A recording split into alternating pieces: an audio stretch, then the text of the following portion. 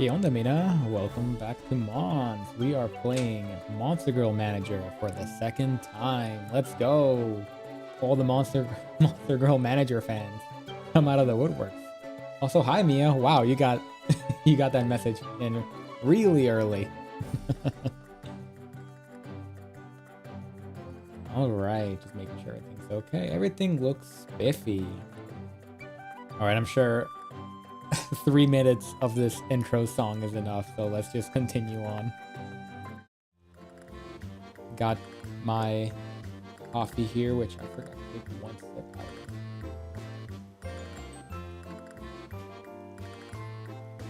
Oh, still hot. I'll give it some time. So when I was, I guess fooling around with some of the name generation in this game, it skipped spring entirely. I guess it saves anytime you go off to the weekend area. I don't know if that's gonna screw me over later, but let's give it our best shot and hope that I didn't soft lock myself in some way. So my camera looks a little weird here.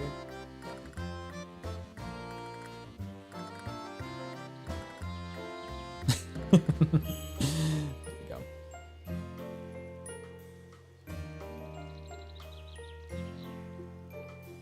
Yeah, every time in my school photos, I never tried to do the big toothy smile, just because I tried to be like really cool, being like, guys like that don't smile, they just smirk. So all my of school photos look like what do you call those? I'm doing like the Pixar smug smile in each one. It's not great. Okay. Oh wait, I already got Jimeno here. Whoops. I wanted to like try her out to see if it actually worked. But yeah, no, it looks like Jimeno's sticking around for a bit here. I wanted to try out leveling up to see what that looks like. So let's do Suu, and she's kind of our champion. Howdy days have their merit too. Isn't as hot as you can stay outside longer. Isn't as hot so you can stay out longer. True, I'm not usually a fan of hot days outside. Okay, I think here you do something. Hello once again, Mia. I'm glad you were able to make it once more. Hopefully I entertain you for at least 2 minutes or 2.5 hours, whichever, as much as you like, and as much as I can muster. Accuracy, energy, motivation. I don't want to lose energy or motivation. Is there something that won't lower energy and motivation? 2.5. Let's go.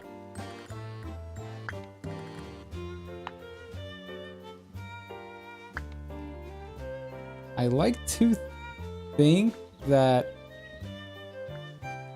it isn't permanent if I do this, but let's try it out. Let's see what happens.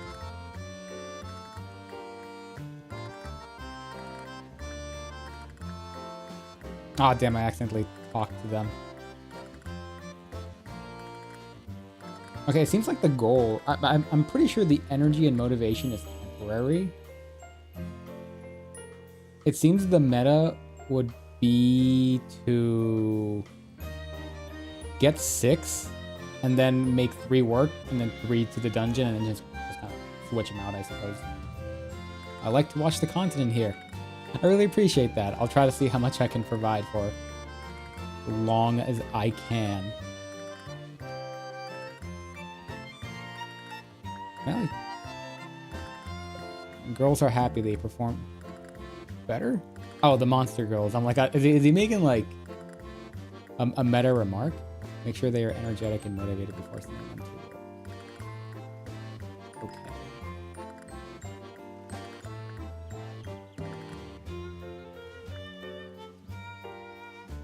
I'm kind of scared to do anything. Can I like give him something? Do you like The onigiri? Or a slime stone? Whoops. That's not how you exit. Oh, the exit's right here. Gotcha.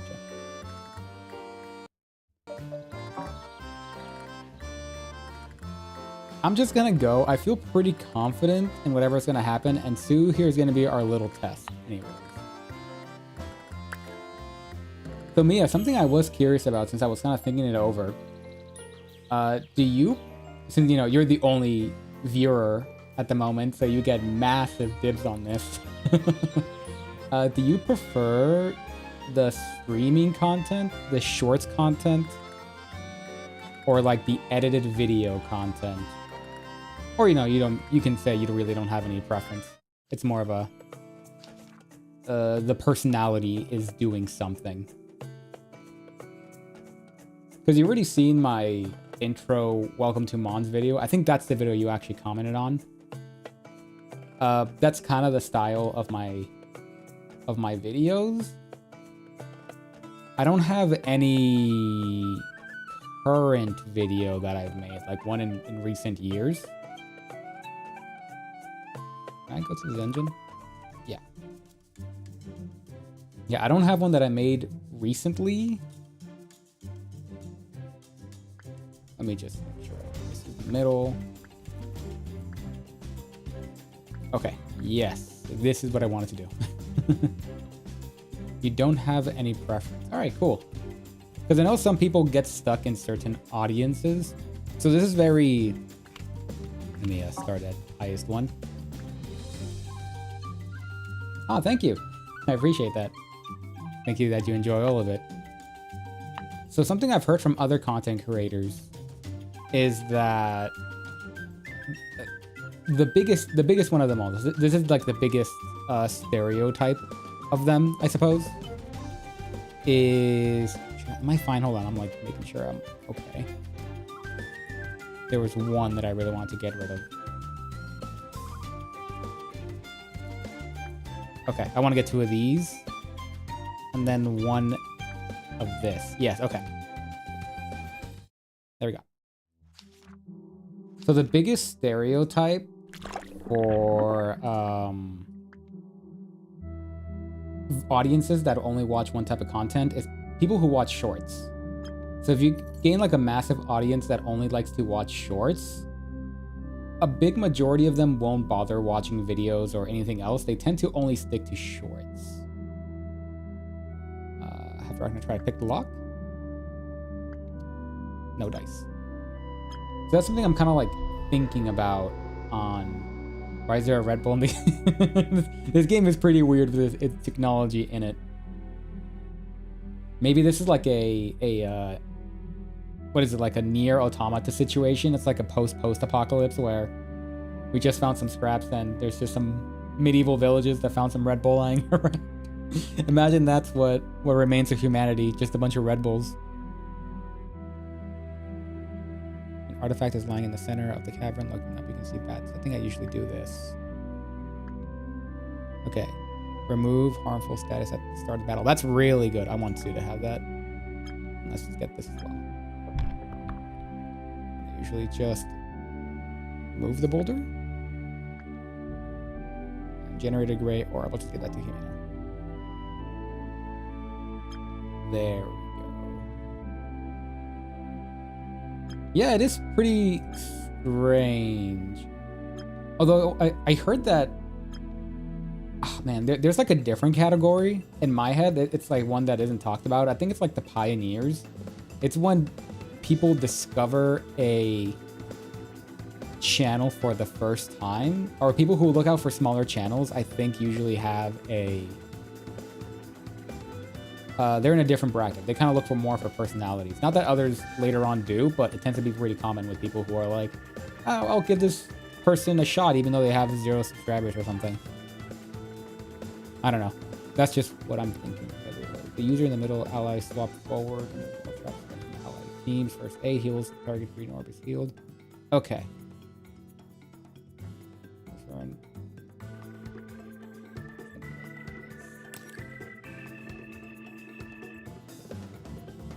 Okay, I'm gonna go back into auto mode because Himeno was the only new one that I haven't tried out. But it's the same strategy with Suu, thankfully, and Ragnarok. Suu just hits things really hard.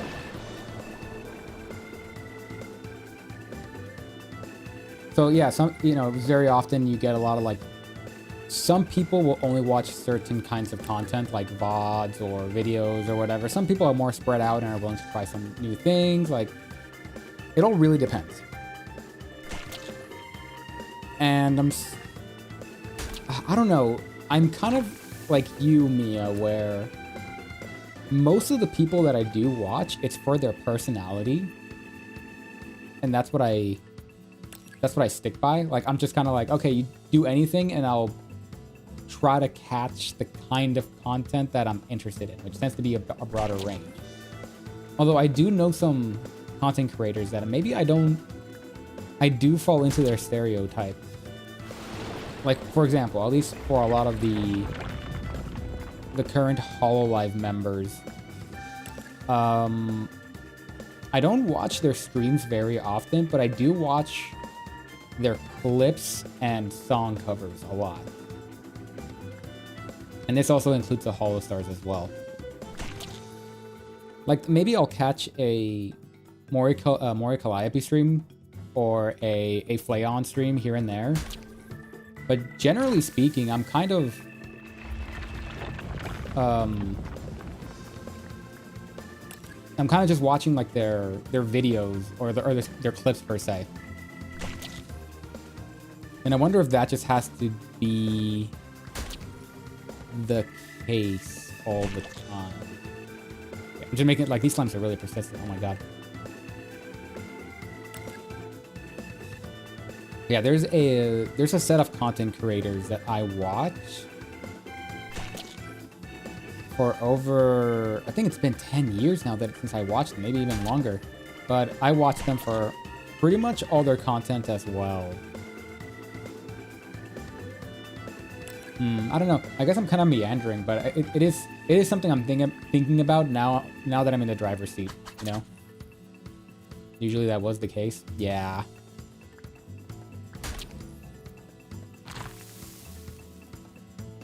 I want to make sure that I don't overwork myself either. Because shorts, unfortunately, are a really good way to get eyes on you for the very first time. Especially if you're like a VTuber. And you're kind of losing one leg in the race if you're not really doing shorts. Which I don't know if I'd say I love doing shorts. You know, I hate subtitling. That's really the annoying thing about shorts. And clipping or like, not clipping, like taking snippets of certain areas. That can be a little annoying, but it's something that's a bit not super engaging to do, like, moment to moment. Again, the most fulfilling thing about shorts is seeing people's reactions and, you know, catching up people who don't have as much time. They can just be like, oh, hey, what has this Zara been up to these past 5 days? Bam, done. Deal more damage. Holder receives a stack per and they gain an equal amount of armor.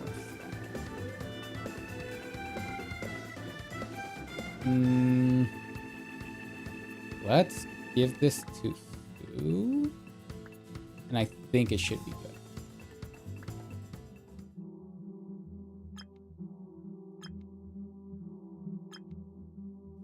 Let's just go. My favorite form of content, I think the obvious is usually people say it's like highly edited videos. Oh no. That's so annoying. Yeah, usually like highly edited videos tends to be the favorite among all of them. At least for me, I watch a lot of podcasts, or I listen to a lot of podcasts just by the nature of what I currently do. It's easy just to kind of plug in the background, but I wouldn't call it my absolute favorite thing.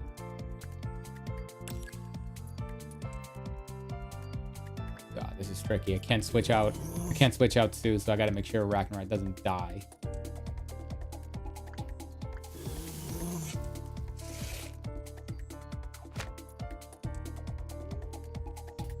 But I don't know. I'll try to figure out to see if there's a way I can enjoy shorts more, but as of right now, so what I'm currently thinking is...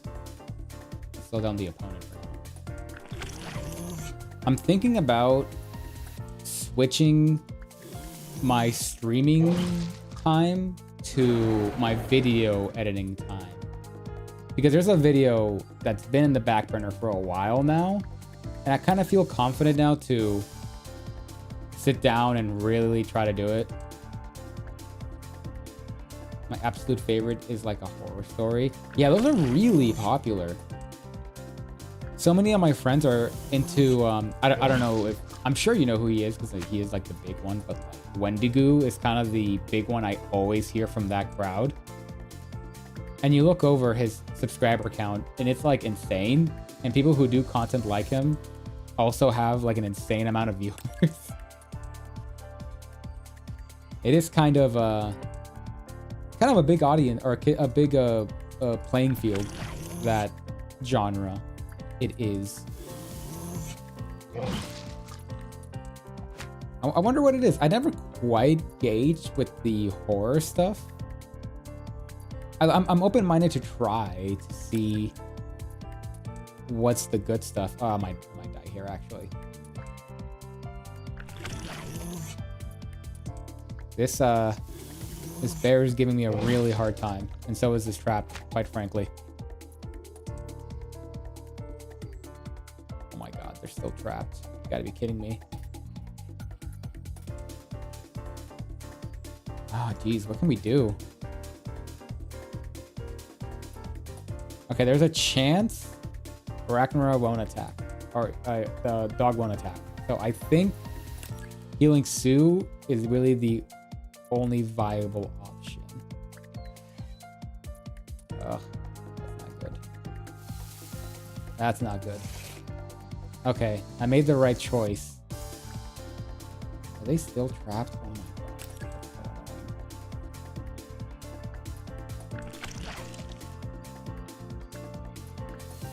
Yeah, doing like horror video games as well. Also a good way to engage with a massive audience. That's how, especially back in the 2010s when that stuff was really popular.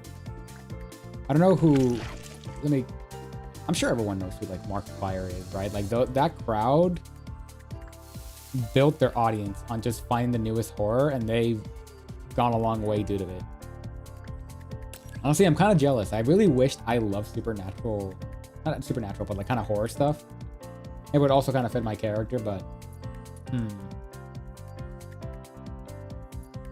need some coffee to wake me up. I haven't had my coffee, so my words are slipping me.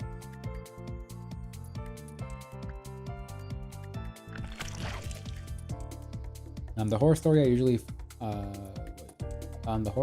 usually I usually what it's like on a channel that use my native language I rely on. Oh, I see. Really? That's super cool. You got me a little curious on on what country it is, but you don't have to tell me if you don't want to. Something I did notice about the Monster Girl genre, if we're on the topic of native languages and everything, it's a lot of people that I've talked to that were in the Monster Girl community tended to be from Eastern and Central Europe. I don't know why, but it's kind of charming that they have their own little thing going. English is your second language? That's pretty cool. It's a really useful second language to have. When you're raised in America, what's going to be your next language is kind of a toss-up, right? Because it's like, well, I already know the most international language. But it's cool that you get to kind of diverge a little bit. Okay, I don't know what to do anymore. I'm hoping to get a revival something because I think this run is done. I got really screwed over really quickly.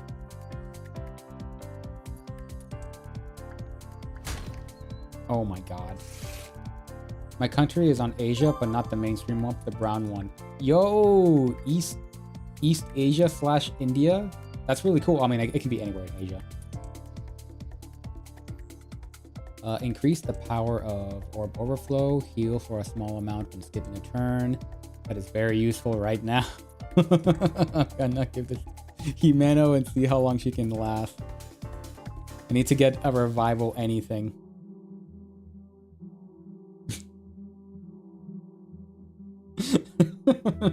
Sorry, I'm laughing at the idea is my country is on Asia, but not a mainstream one. It's the brown one.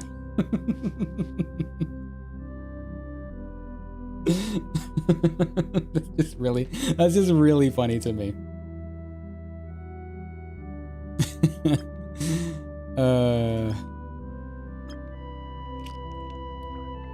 I should eat the mushrooms because they might heal me and I really need it. I think this run is done.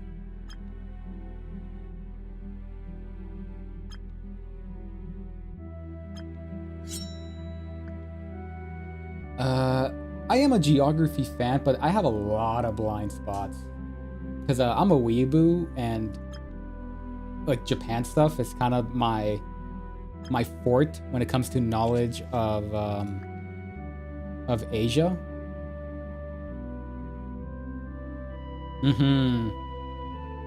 Yeah, it is super common to picture those three. Yeah, it tends to be those. Although people don't realize how big Asia actually is. No, excuse me. Glittering jewels cover every surface press. They could be valuable. I collect some. I think it's over anyway, so it's all good. Again, maybe I'll get a lucky artifact. So already off the top of my head, Russia's already pretty big. That's one people always forget is an Asian one, and I've met people from West Asia and East Asia, completely different people. There's the I don't know what you call the region, but the Stans region, like the Turkestan, Uzbekistan, Kazakhstan, like there's that area, that's kind of ethnicity. Then there's people to the left of, I want to say it's the Black Sea. I forgot what the name of the actual ocean, but that's where you get like Armenia and Georgia and everything. I know a little bit from there. I actually know quite a bit of Bronze Age stuff when it comes to the Middle East. Especially like, oh my god, I love Iraqian history so much. I think Iraq is one of the most interesting places to go. I mean, if it wasn't for, you know, current events, of course. If it wasn't for the state of place. But if Iraq ever like calms down or anything like that, it'd probably be one of the #1 places that I'd like to go to. And of course the Middle East has a massive branch in its own right of, is it more closer to Egypt or closer to Pakistan or, you know, anywhere in between there? And then there's India's its own beast, because North India and South India, completely different places as well. There's the, I forgot what they're called. People who are kind of like from the Tibet and mountain area or the Himalayas. They have their own culture as well. And then of course there's Southeast Asia. And that's a massive, massive beast that I think is getting more attention recently. Like right now, Indonesia has a bit of a spotlight thanks to Hololive. It's close to Philippines and Malaysia. Okay, so again, you don't have to tell me, but and close to Australia. Well, that gave it away, didn't it?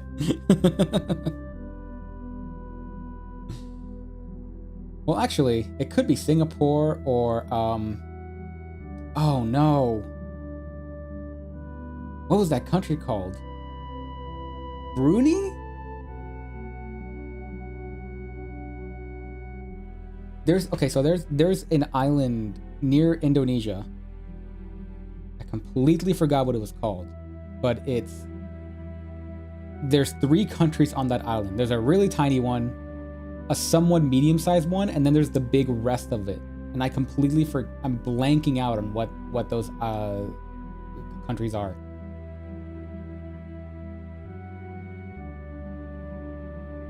It's close to that also. I mean, there's no way it's like New Guinea, right? That'd be wild if that's the case. Artifact is lying in the center of the cavern. Looking up, you can see bats covered. Right. Oh yeah, that runs over. Oh well. You're from the big one. Okay. Well, now I gotta do my research. Once I meet someone from like the country that's in my blind spot, I like to research the heck out of it.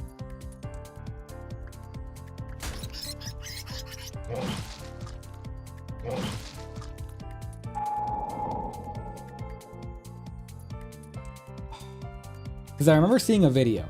There was a video on this country that was, the small country is the rich one, the medium one is kind of middle class, and then the large one is a more lower class, or at least like the bigger kind of working class, I guess you can say. And that's all I remember on that area, which is a shame because remembering a country by its social status is not good. There's so much to a country, and I think neglecting a lot of it is a no-no. Yeah. Oh well. No kidding, it usually is. Yeah. It's unfortunate.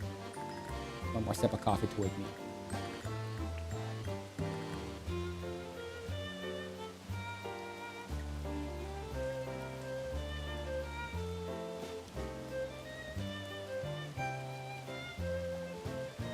Okay, how's everyone feeling? Spiffy. Excellent. Sorry, I'm not gonna try to lick my lips.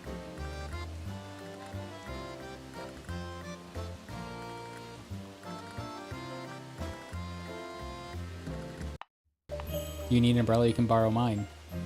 So cute. I need to re-strategize. Yeah, one of my favorite VTubers, I'm not gonna mention who they are because they're a smaller one, and that's, I don't mind calling out big VTubers because they're kind of like celebrities in my level, so they don't really exist, and I hope that doesn't age poorly. But oh, hold on, there we go. My phone was, and I need that for my everything. So, one of my favorite small VTubers is Argentinian, and that's a place, or Argentina. They were from Argentina, it's fine to say. And Argentina is a country that I never really thought about too much until she started doing the streams. And now, because of that, I was way more caught up on Argentina.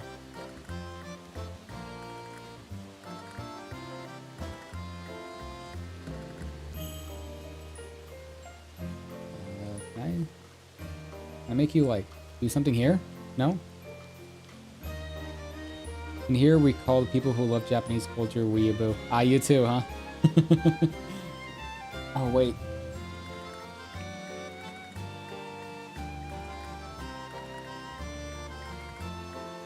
No. Bangladesh is near India. I wonder if it's the country with the inverted Japanese colors with that flag that's green and red. Again, you don't have to answer, but it's like, oh right.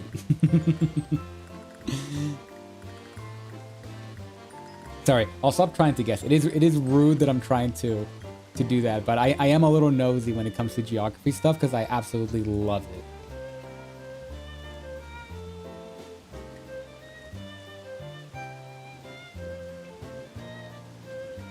Surprised you called that also.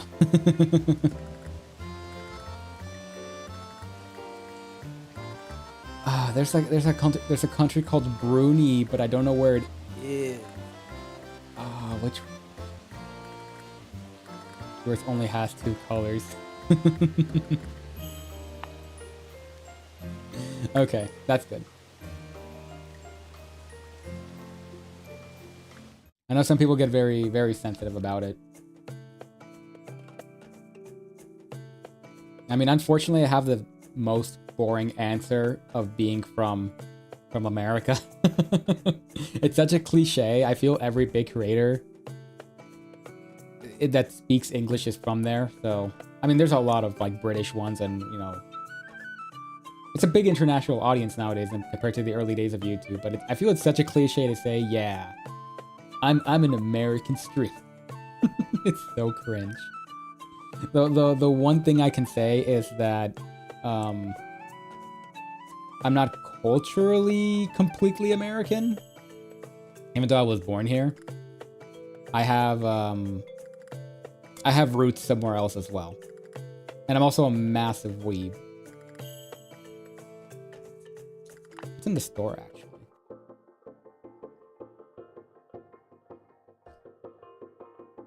It's getting really tough in these dungeons, man.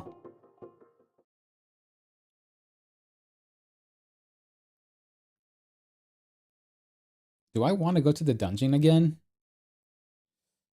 I don't know if I should. But maybe you know what? I got really unlucky.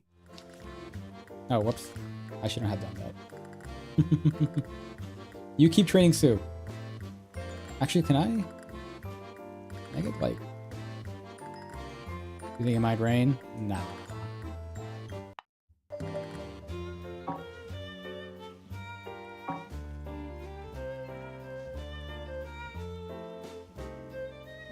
No, I actually envy how you there. How there you have a Disneyland. That's really funny because one of my friends loves Disneyland so much. and they're willing to make the drive to go there like so many times. And it's a long drive too. Although I've never been super motivated to go to Disneyland. Although every time I do like to go there, I usually want to go with someone, like maybe once a year. It is funny you mentioned that. Have you thought about maybe going to... Well, I don't know what your circumstances are, but if you're confident with your Japanese, like Disneyland Japan is... I thought it was pretty good when I went there. Let's motivate them to do something. Can I give them the onigiri? Yeah, I'll give them that.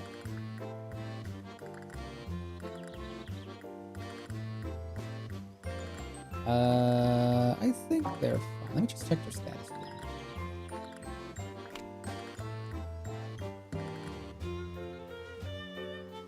She's level 4. I don't know what that means. Oh well. All good.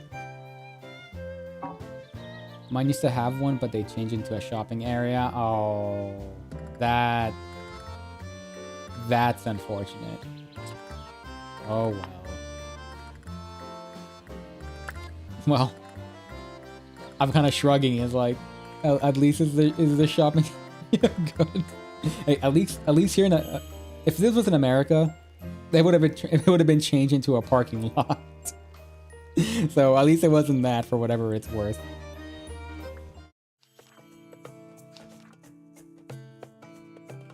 You're still in college though. Oh, cool. I don't know why I keep hitting next week. Also, who are you? Well, the monarch, not in a dungeon. Demon girl was successful. Curious. I offer introductions. I am unlike trader. I scavenge the dungeons like you. Have you ever seen me? If it's a town. If there's weak, I carry items. Okay, cool. This guy is limited time. Enough talk and take a look at my stock now. I want to look at your stock, bro. What do you got? This is all kind of cool, I guess.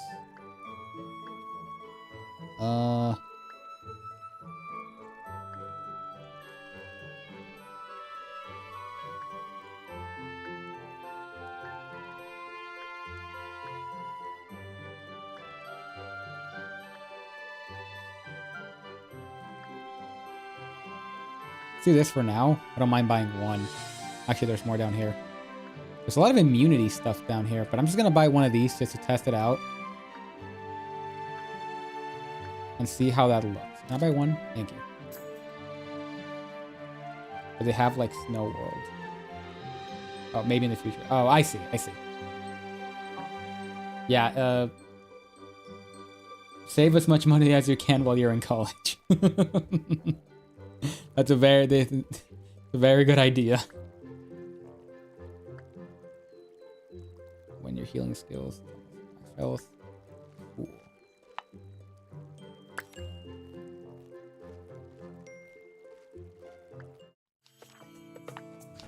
Let's give the dungeon a shot again. Let's give Suu this, and hopefully we don't get unlucky. I think that's what kind of was the damning thing about me. Let's start on floor 21 again. I think we got it. So, let me drink one more coffee. It's starting to get cold now, so I want to try to drink as much as I can from it. No, that's coffee. Sorry, coffee's on my mind, so I'm like, oh, I should get some coffee.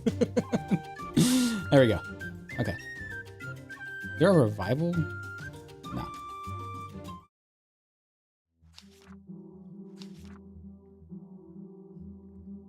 So, I never... Oh, that's a new one. Snake falls from the ceiling. Team, why is it always snakes? Oh my god, my team is already poisoned? What?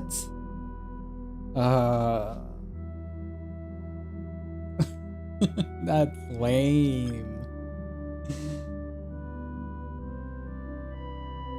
In here, $1 can get you a good meal. That's awesome. Watch your scent. Well, here we go. Oh, I should probably change my order. That's fine. This works out. This works out. Yeah, it's kind of crazy how much $1 gets you a long way. Like where I live, I feel like to get a decent meal, you need to spend $20 nowadays. It's so insane. What should I do?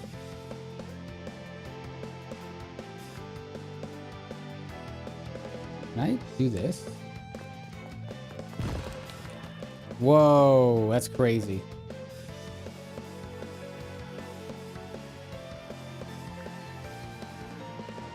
Okay, let's get Jimeno in the front. See what happens.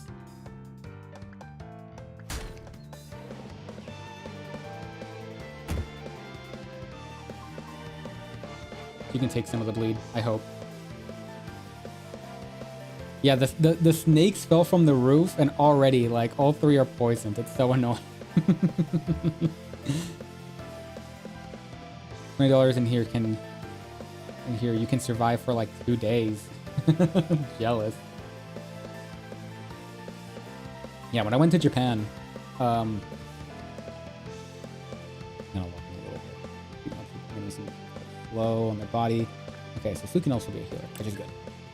So, when I went to Japan, my favorite ramen, absolute ever. Like, I used to love ramen all around. This place made me dislike ramen except for them. Because their ramen was so good that all ramen became bad now. And, it's... I can't even describe it. It's just the best ramen I've ever had with great service. It's a little hole in the wall. It's made by one dude. It's amazing. Absolutely amazing service, everything. And it cost me $6. And that always blows my mind. The absolute best food I've ever had is 1/8 No, wait, that's way too less. Like 1/3 of the price of some of the best meals you can get here. I don't know what's up.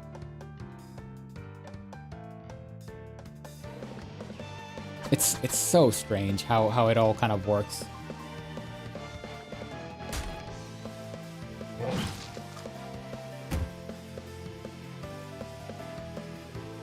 Okay, no one's bleeding yet, thankfully, but there's a lot of poison going around. It's all like minor poison, so it's not too bad. Still, I wanna make sure everyone's okay.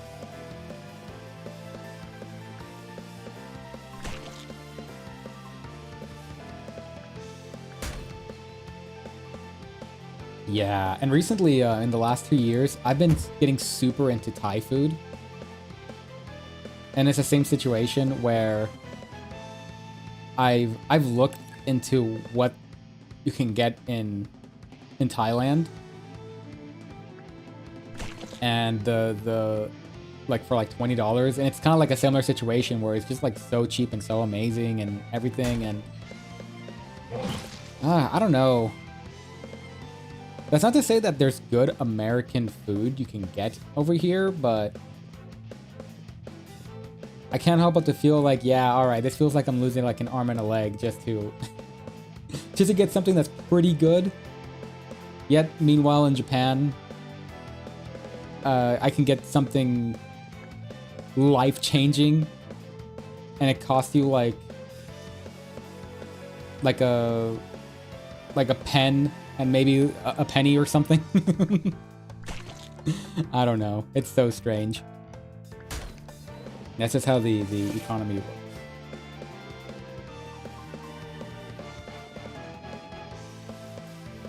I'm kind of curious. In the place that you're kind of around, do you think the pay you get is good to the cost of everything, like the cost of living?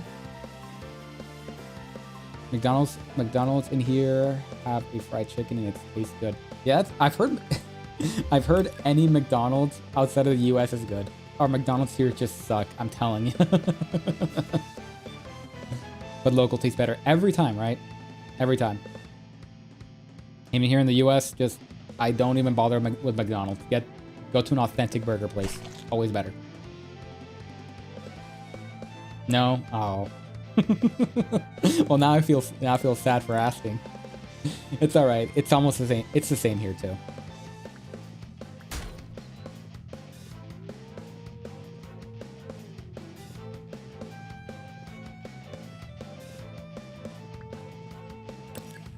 Okay, I think I'm just making sure, like, okay, everything good. I can just kind of auto brain this. Yeah, I can auto brain this one. I don't think anything bad's gonna happen.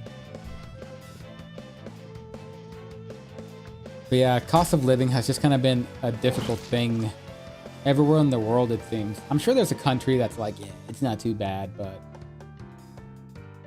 you know, we're all trying to figure out exactly how to deal with the state of the world right now, it seems, on an international level, because Japan's also going through the same thing.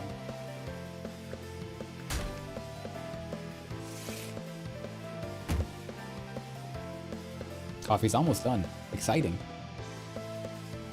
And then I'll get to that part where I can just chug the caffeine and stay awake for the entire stream. But yeah, my situation with cost of living would be difficult if it wasn't for the fact that very early on I knew where to put my money and how to spend it. And I'm not gonna get into it's bad, but like people are just chill with it. Yeah, that's kind of the what do you call it? The late millennial to Gen Z mindset at this point. Like, you know, whatever. It's alright that stuff's going downhill, but you know what? Screw it. We can watch VTubers.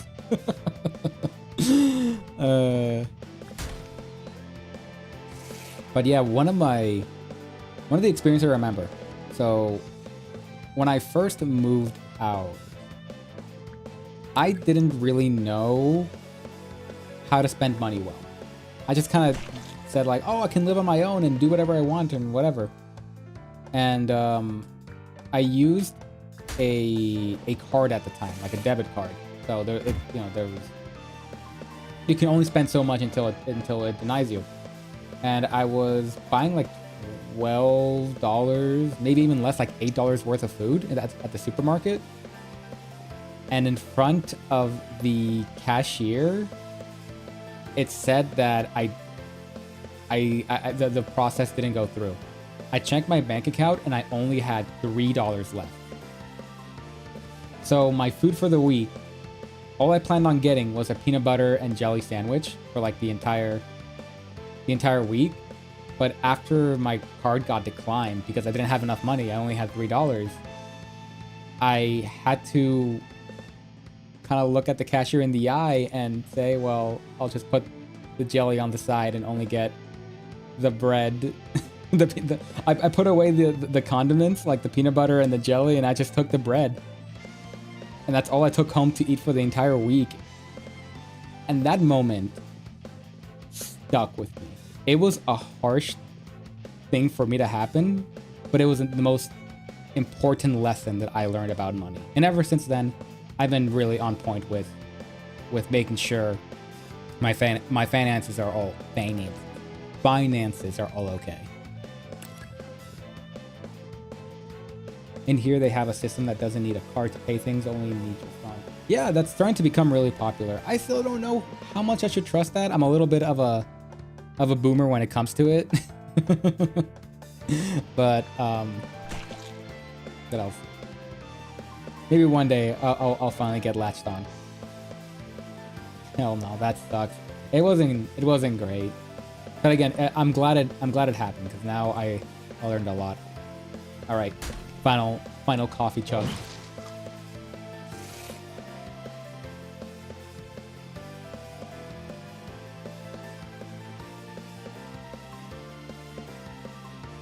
Now I have my own bonus stacks. Oh my god, Himeno is bleeding. Can you go?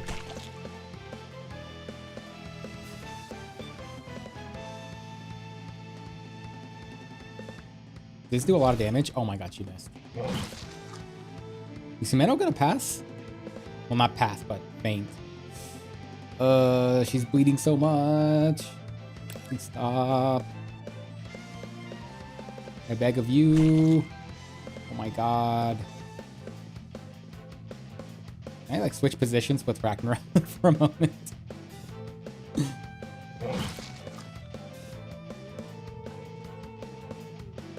Yeah, just because Himeno is not in a really good spot right now.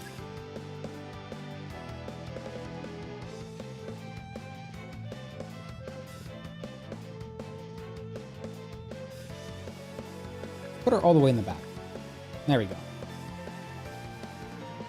Okay, I needed a moment of concentration. I used it on daily life, and now here Gen Z is usually cashless. It's a shame. I mean, part of it is unfortunately being financially literate, which, I don't know, some people are really pretentious about that, right? Like, what, you aren't financially literate? What are you, like an idiot? But past generations didn't need to be that financially literate. Now you have to be. And that stinks. That really, really stinks. Oh my god, this guy's so annoying.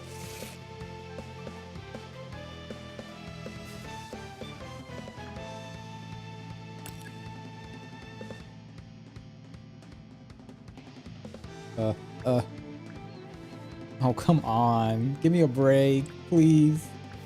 Oh my god, this ooh. when I get my hands on him. You better watch out. Okay, Sue, just swap. Get in defense mode. Okay, that will do.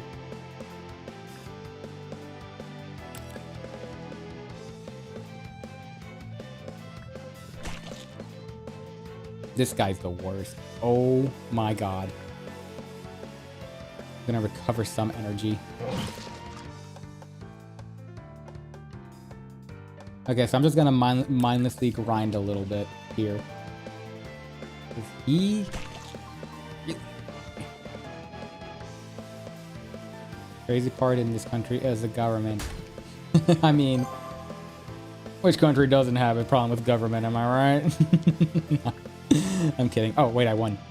Inflict stun an entire enemy team when the holder takes damage. Yes. The holder swaps forward, inflicts stun to stack. That's also really good. But this one is really useful. And that gives us to Suu. Yes. Okay, I need a switch right now.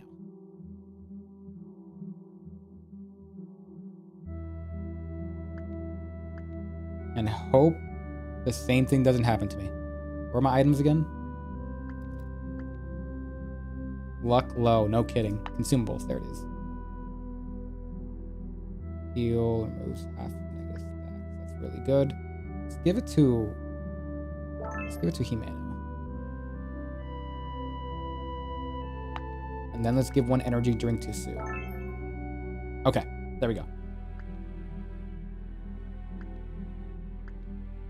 Exit? Okay, yeah, I was gonna comment on your government thing. Yeah, don't get me wrong, like, America has a lot of corruption, and I'm sure, especially now, you can see it from the distance, the problems with the U.S. government.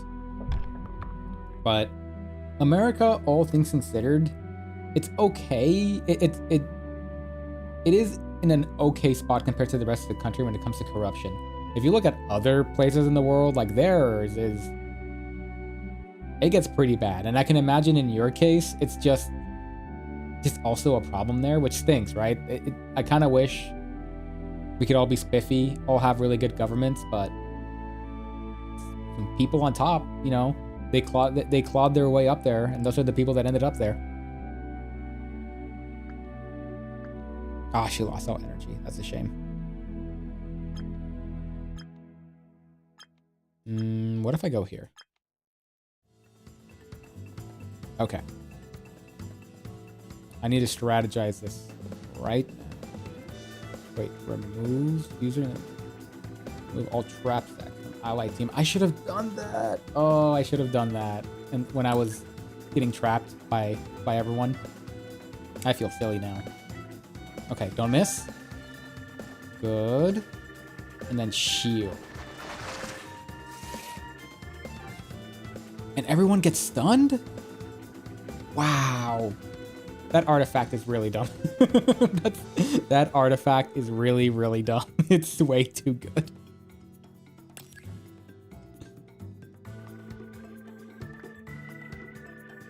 Okay. I think this will be good. But yeah, governments are really rough. Like again, the streamer that I follow is from Argentina. Our government's going through a lot right now. There's plenty you can find in Southeast Asia, in the Middle East, and really Western ones also have the problems, but we don't like to admit it. Yeah, it stinks.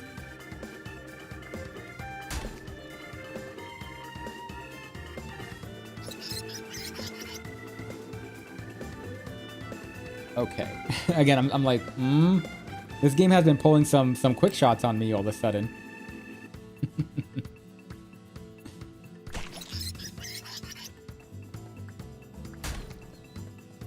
Okay, I think we're good now. But even though it's cool that we're in an environment where we can talk, I can talk to someone internationally. Like you're from a different place of the world, and here we are, chilling out, just shooting it, you know? That's not really something that I would have imagined 20 years ago. To ever talk to someone from a culture that I am a little unfamiliar with. But despite everything that goes on in the world, people can still, you know, can still chatter.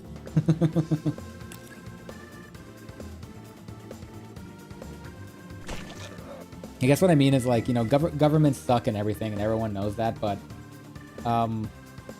if you take the time, people from any part of the world can be pretty cool, and you might learn some things that you never thought you would have known. Yeah, I was grateful for that. Oh, grateful for that. Yeah, it's great. I remember back in 2010? Sometime around like 2010 or so, when it only felt like Western countries were like having internet, and there was a common line said in some of the forums I used to be on saying like where there is no internet, there is poverty, which, you know, was an edgy thing to say for back in the day, but it did feel like the internet was kind of mostly like the only people who could get on the internet are the people who could afford it, because it was kind of more of a luxury back then, or at least a cheap luxury at that point. And sometime around like the mid 2010s, like the internet became accessible to way more people around the world, which is really cool. So I'm kind of curious, like, what if you can remember those times, because I know you're a tad younger than me. I'm kind of curious. Do you remember those times? Like, what maybe we were back in those days in your area. Was internet just not accessible like 10 years ago? Remove bleed when targeting an ally. That's so good. Give this to Himeno right now. Godlike. All right, I think we got it. I think this run's gonna be easy now. I'm gonna eat my words real soon. Just watch.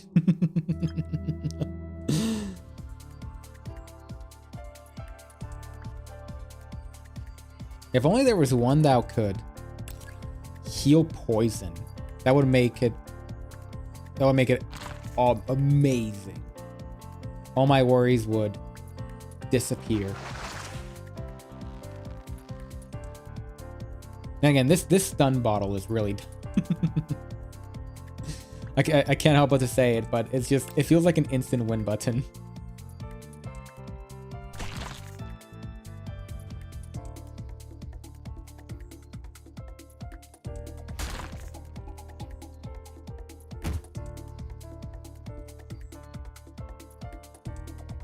Yeah, I used to 10 years ago, heck, even nowadays, some of the area in my country doesn't have internet. Oh, that's a shame. I mean, in some ways it is a good thing, if I have to admit it. Because the internet has its own problems, but I think having access to it for like just looking up stuff in Wikipedia and being caught up with news, that has its own importance to it, but I don't know, right now the world has a complicated relationship with the internet, to be fair. My area has good internet. That's great. I hope I hope your internet providers are not as bad as the ones in America, because oh my god, internet providers in America are kind of infamous, at least for Western country standards.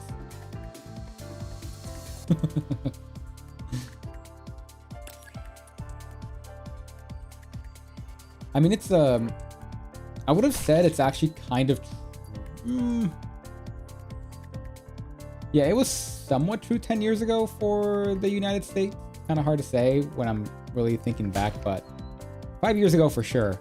Maybe even now. If you live in a rural area in the United States, you're gonna get like the worst internet that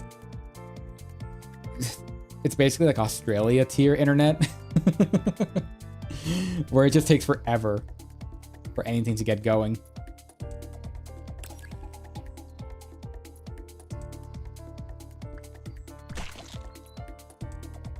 Okay, cool. I think he should be down, right? Okay. Cures bleed, right? Yes! Yes! Thank you, Himeno. Thank you. I buy internet today. It was start to active like 2 days ago later. That's great. I've been thinking about getting better internet because I mean the one I have right now, it's cheap. Why I got it. Again, just to kind of be a little careful, but remove an ally, increase critical hit. Oh, inflict fine 20 minutes to start a battle. It's really good too. I'm gonna look at this one with Suu. Yeah, I've been thinking about getting better internet. The thing is, like, the gap, at least in where I live, the gap between medium tier internet and god tier internet, like the price difference is insane. There's not a lot of good in between options, I think, for my provider. And I've said that I can't really justify upgrading to the super good, high-speed, expensive internet unless the streaming pays for itself. At least that's my philosophy on it. Right now, it's like, it's decent, right? It's not perfect, but it works. And I think if I ever do become successful, whatever, people would have liked me for not necessarily the quality of my internet, but the character and what I do and the type of content I make. So that's kind of the test first, but you know, because what if I get the high-speed internet and I don't end up being, you know, people hate my content. So, I don't know. And it was expensive. Ah, yeah, fair enough. Get it with the webbing. Give it to Humana. Yes. You notice a crack in the wall. Try to hook the artifact and reel it in. Nothing. I hope you are. And that's something I definitely... It's I don't know. Should I be like, yeah, of course I'm destined to it, but I don't know. I'll see. There's more paths to life if online content creation doesn't work. The successful part. Yeah, okay. I'm glad we're on the same page then. So, it's weird, right? Because it's way too early for me to be like, in the end of my YouTube career. That's just silly. I'm barely starting out right now. But I have thought about it because obviously you've noticed it. There's a bunch of VTubers that quit around a year. Maybe 6 months, depending on what it is, but you know, they get burnt out or whatever reasons happen. And I've thought about it as like, what am I gonna look like a year later? And I'm not really sure what kind of content creator I am and how busy I'm gonna get. As of right now, I can definitely say I got a lot I want to do with my YouTube channel. No, don't worry, I'm not anytime soon, at least. There's still a lot I want to do. The only thing I'm kind of thinking about slowing down on is streaming, as I've kind of said in the beginning, where like I kind of want to focus more on getting the higher edited content done, and then maybe I can fill in the gaps a little bit with streaming afterwards. I'm still kind of gauging on that, but I don't know. I've thought about it. The words, I'm trying to look for them. I've been around the internet for quite a while now, and I've seen some content creators come and go. And I guess I do wonder, right? Like, what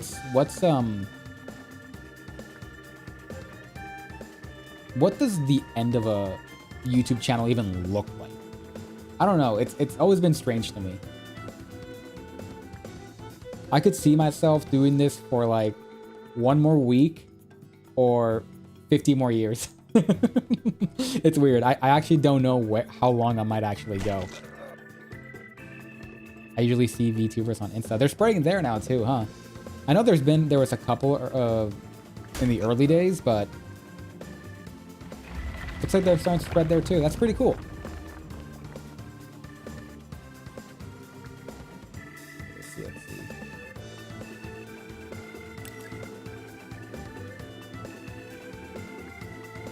Yippee. I can't do the yippee. The German kid that says it. He's really charming.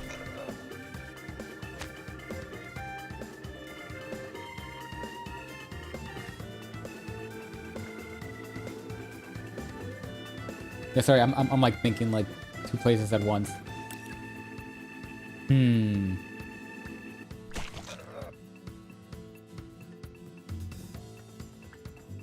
long would I go? So, okay, right. I remember now. There was a research video that I saw before that the high effort content, their stuff usually lasts about 5 years, I think, right? Yeah, most like well professionally made content creators usually have like a 5-year cycle, and then people kind of get bored of them because they're kind of like, okay, we're done. You got we got everything we wanted from you, and people kind of get bored, and there's kind of a burnout with it, and then people just kind of go, nah, it's okay, thanks. But yeah, people kind of get burnt out on content creators around like the 5-year mark. And I do think about that. It's like, okay, I'm pretty sure I have enough content for 1 year. For sure. I am for sure gonna keep making content a year from now. But I do wonder, like, what does 5 years look like for a content creator? Like, especially one for myself. And I'm wondering, like, well, I have enough for 5 years? Like, that's a long time from now. There's a lot that happens in those 5 years. But, oh, I don't know. It's wild. 2031 Hazard. Maybe then we'll finally be close to the ending to One Piece. Sorry, I just wanted to bring that up for a second. I'll just save stamina. I think he's done for, right? Right? Oh my god, he wanted to give me 6 poison on the way out. What a jerk. Heal when attacking an enemy with bleed stacks. That's going to be really useful.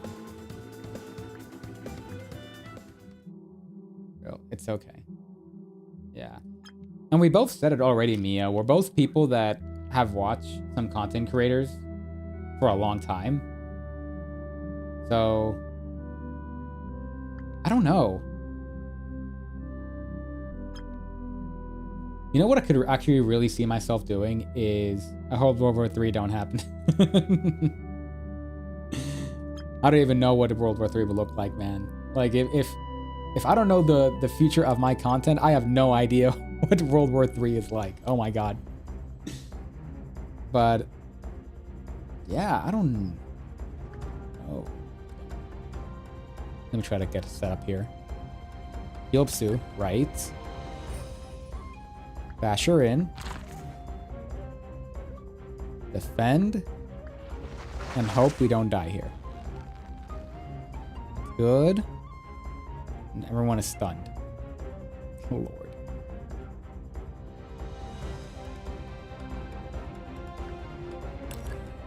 There we go.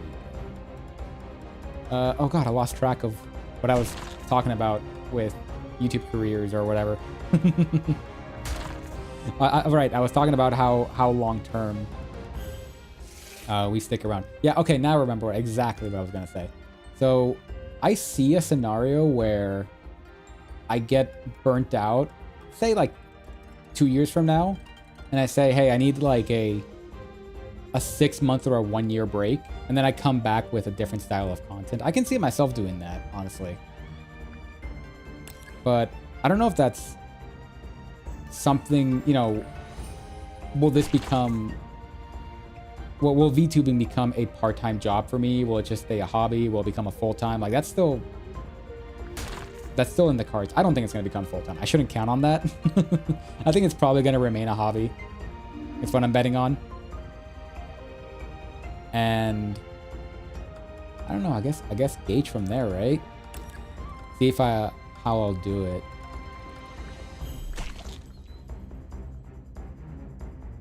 Some of the content creators that I come back to long term tends to be the ones that don't upload a lot, but they put a bunch of effort into, I don't know,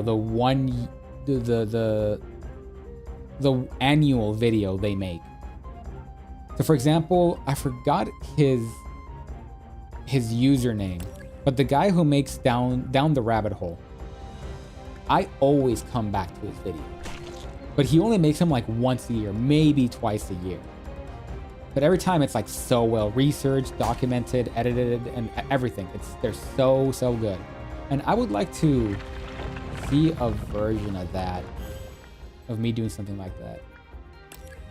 Because I'm gonna be honest with you, Mia. I like the idea of doing at least some kind of YouTube content. But there are other tangent stuff I've really been interested in doing. Like, I guess to maybe open the lid just a little bit, because it's something I don't like to talk about too much, because it's a melatonin thing. You don't want to tell people because that takes away from the reward when it comes out as a surprise. Anyways, I'm digressing. One of the things I want to do is be a video game dev and tell a story. And I guess technically that is content that I'm putting out to the world, but it's a lot more indirect with the person you're engaging with compared to VTubing. So like VTubing, there's especially streaming, right? The wall between content creator and fans is a lot thinner compared to just making like a video game, for example.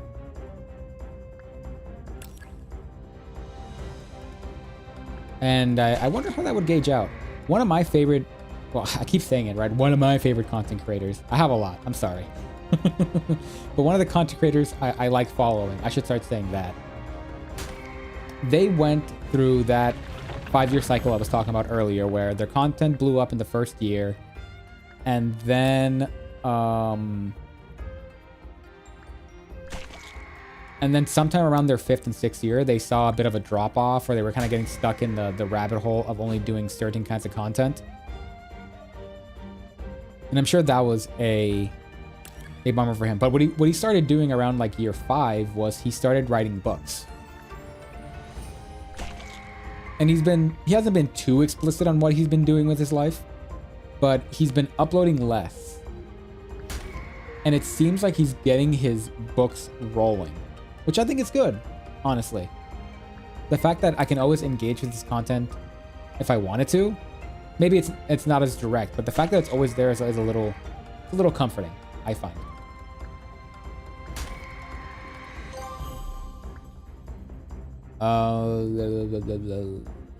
Receive more gold for battles. It's gonna be really good.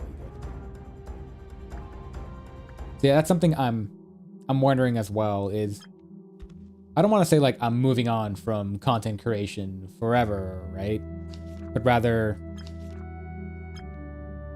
I want to try out and keep doing different kinds of content. But when I was a kid. Yeah, this is going to be a segue. Sorry, I should say segue, by the way, instead of scattering, putting you right into the next one. But, okay, little segue, little mini story. But when I was a kid, back in elementary school, like kind of late elementary school, they gave us a paper. And it said, what do you think you want to be when you grow up? Or like, what are you going to be when you grow up? And what I remember is, this is really, really cringe, but I wanted to make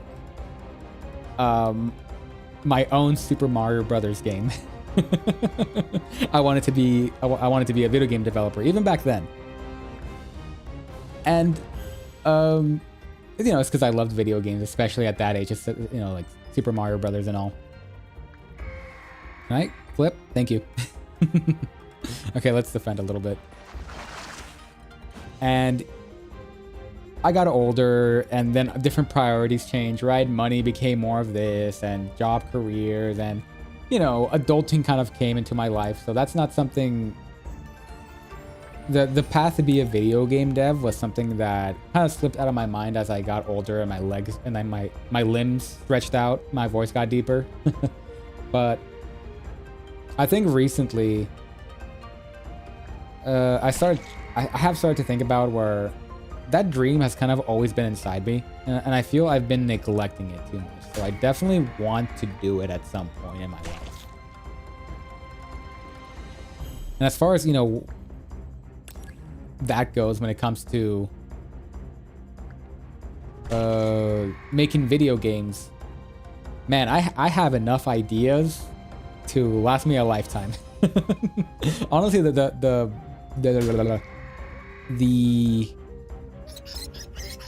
problem with me making video games is that I don't have enough time to make everything that I want. It's not like content creation or like YouTube content where I don't know if I have enough content to fill the time. Meanwhile, for video games, I don't know if I have enough time to fill the content. If that makes sense.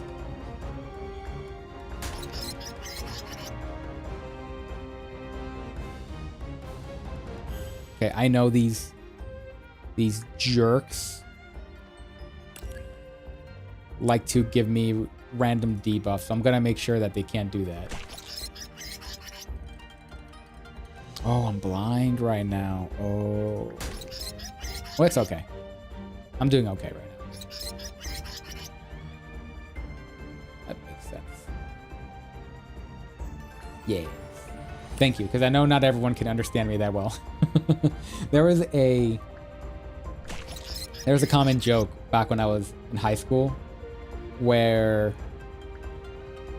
let me translate this. Where people could speak like Hazarnese. So I understand that people have a very hard time understanding what I say at first, because the way I talk is a little scattered and it's a little different from what most people are used to. But once people get used to it, they know how. They understand me a lot more easily, I'd say. Especially when you want to make it a surprise. Yeah, exactly. I feel you lose some of the motivation when you tell it outright. Back it from the front. This would be really good. Ooh. I think this one's better though.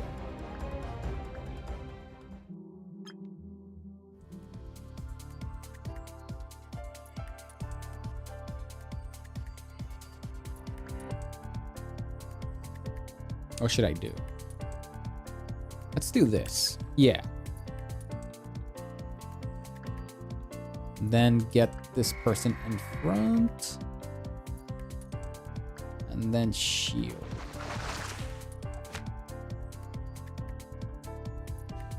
That stun bottle is way too good.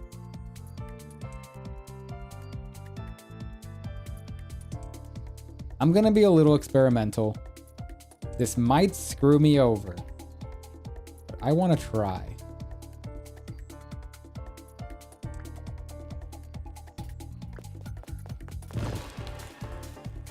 Oh, that was a bad idea. That was a bad idea.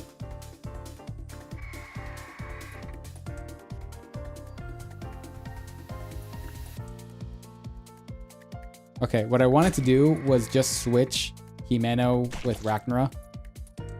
Still attack Suu anyways, because they're jerks.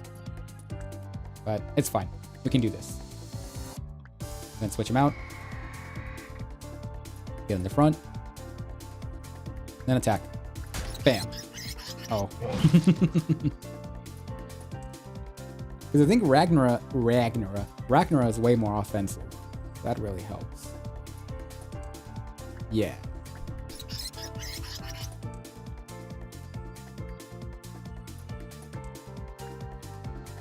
Can I? Wait, what's this? Hold the target forward, rope them. Oh, it's for backliners. I see. I see. Let's do this then. Yeah, this is a bit of an awkward team. Hopefully I find the perfect team later.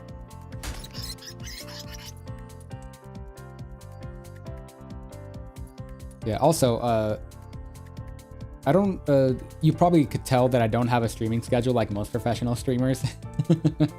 That is something that I wish I could patch, but unfortunately the circumstances that I'm in make it really impossible for me to stream consistently. My days are almost random in when I can and can't stream and when's a good time as well. But usually I know night times are usually safe, but the thing with night times is that I don't know how tired I'm gonna be at the end of the day. Hopefully indeed.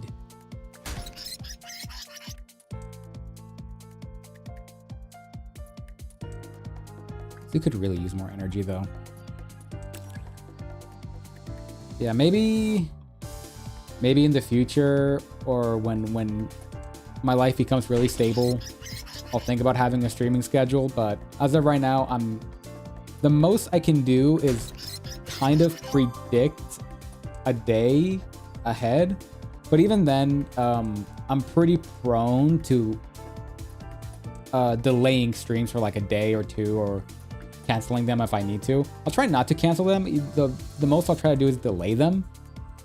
But yeah, that's what it is. I think for indie, it's pretty good. Yeah, I do wonder. Maybe I know for some people say it's better to have a consistent schedule right from the get-go, but I don't know. When you're indie, you don't really have that pressure on you, so I don't think it's a big deal. Events can randomly become stairs. Whoa, that's weird. Gain a random orb when the user swaps. That's pretty good, I think. It's okay. I'll give it to Sue.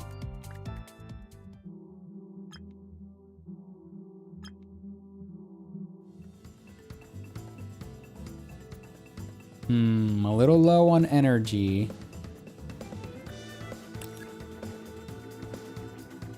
Don't like that. Can I even do this? And then I'll defend. Oh my god, Sue is poisoned more. I really hope I find an artifact that just cures poison. That'll be godlike. But it looks like Himeno is going to be on healing duty for a bit.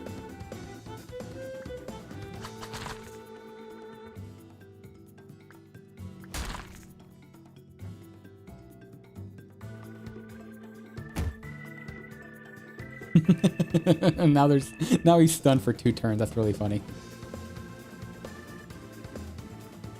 But yeah, I don't know.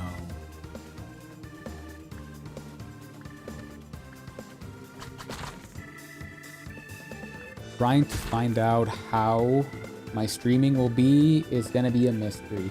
Again, I'll do my best to warn you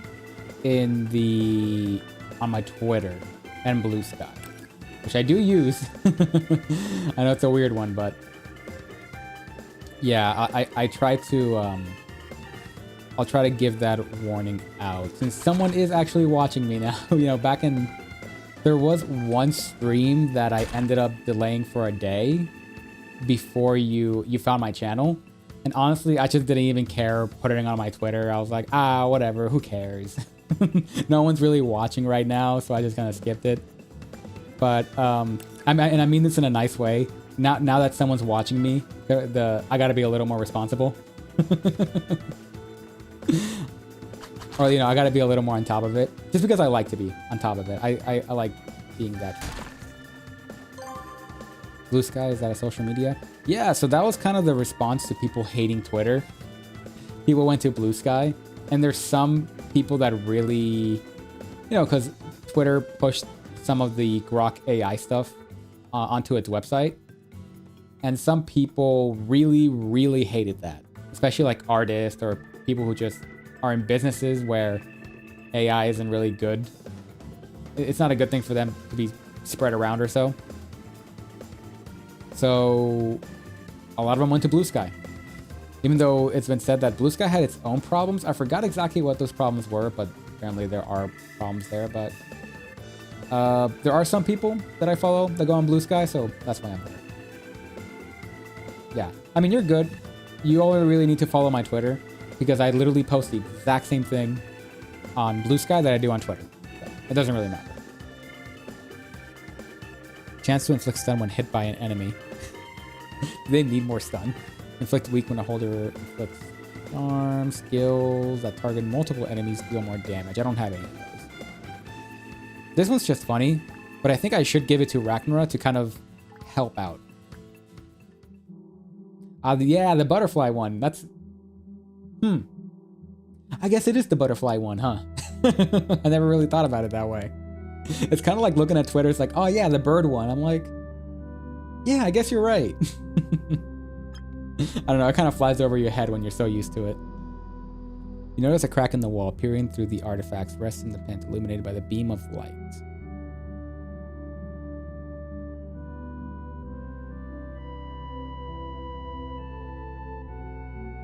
Down. Try to hook it in? Yes. This one kind of sticks. But inflict weak when the holder inflicts charm on an enemy. Yeah, no one can do that. Whatever. Give it to anyone.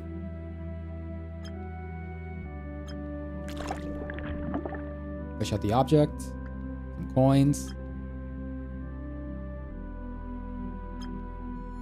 Yeah. Try to rest here? I'm running really low on actually stamina. I should have done that. Yeah, there we go. Now we're good. Now we're good.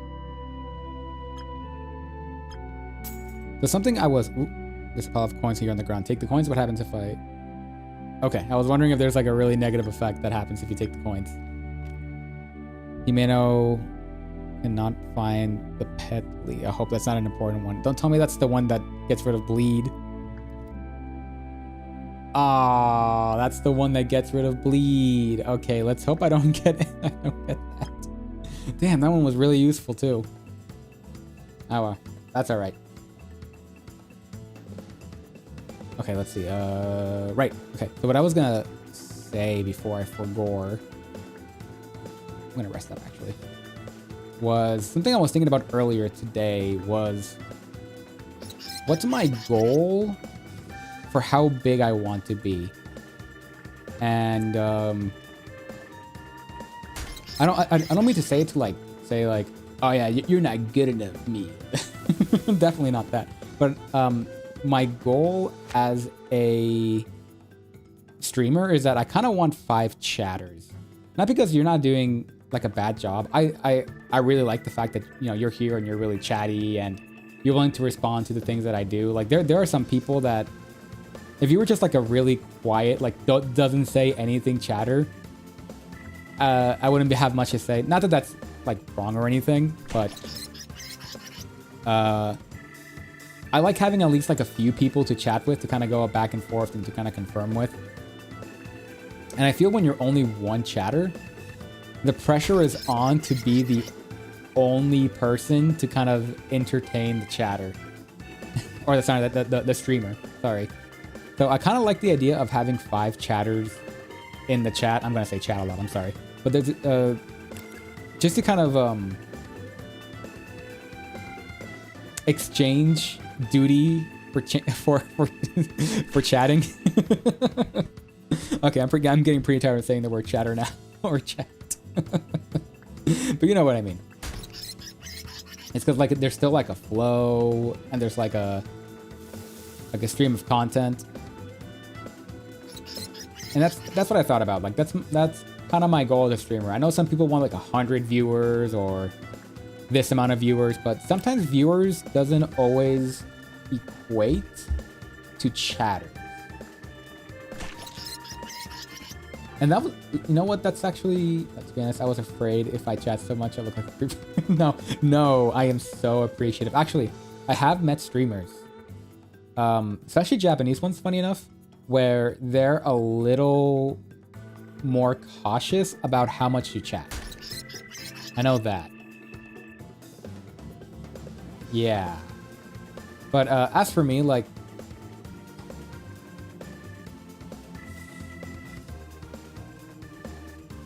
I know you at this point, Mia, kind of get how apologetic I am. So you know when I say things, it's not coming from a place of anger or whatever, right? But some people who listen to VODs might take this the wrong way.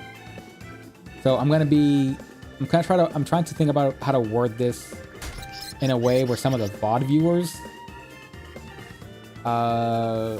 will take it as easy as possible. How do I say this? I've seen some chatters that like to talk a lot.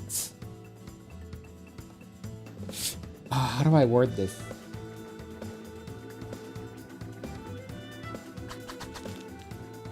They care way more about chatting about themselves rather than talking with the streamer. And it's not like a 50-50. It's like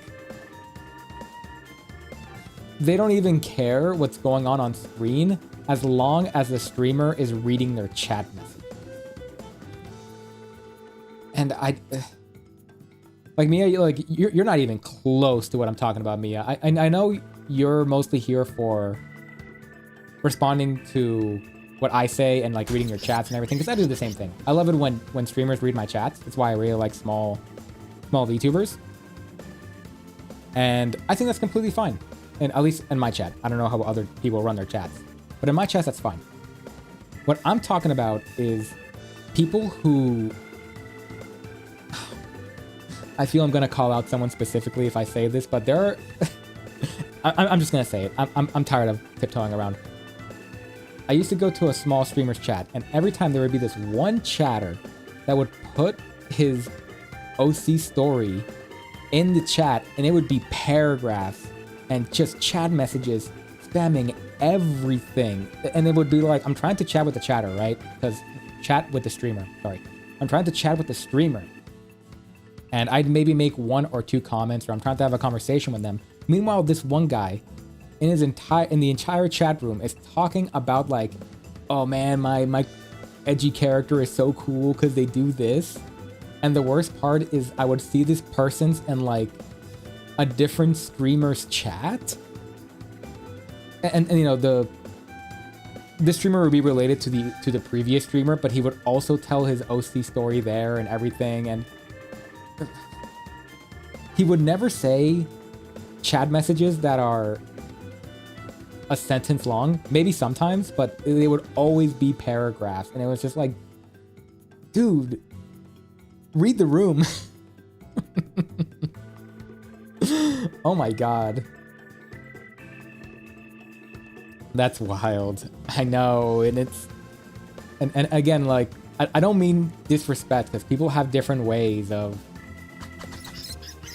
like chatting and everything, but I don't know, a little bit of self-awareness goes a long way, I think. So Mia, you're thankfully very, very self-aware. And I really appreciate that. So I definitely don't need to apply it to you. And I guess to make things more clear, because again, you were talking about like how some chatting too much is a bit like creepy or whatever. Honestly, for me, as long as you don't say creepy things, like really obvious creepy things, you're fine in my book. Especially when you're the only one here, like, whatever. Who cares, right?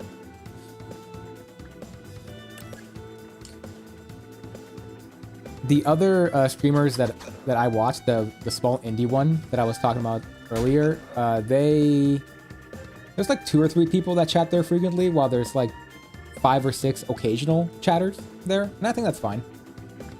I don't mind the big talkers and the little talkers. Like, you know, everyone has a different style. Just don't be don't be that guy. That's all I'm asking.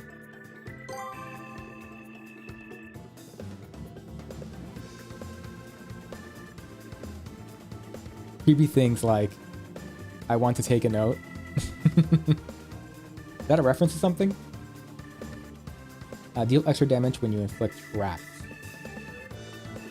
That would be good for Ragnarok. Inflict slow when the holder lands a critical. This one's way more useful, I think. I'm gonna give this to Ragnarok.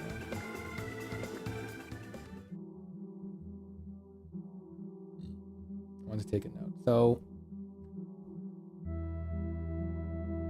oh, you're asking like what are my limitations for being creepy? I assume, right?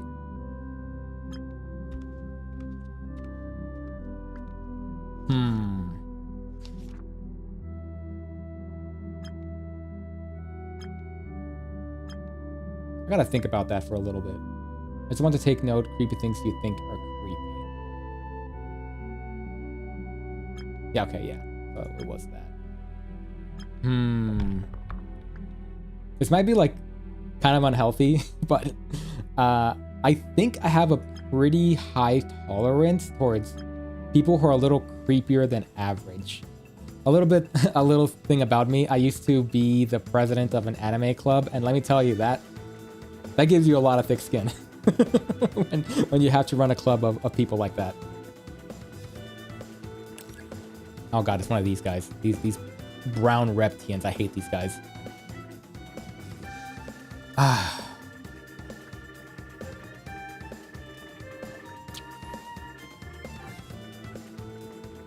Okay, so here's a general rule.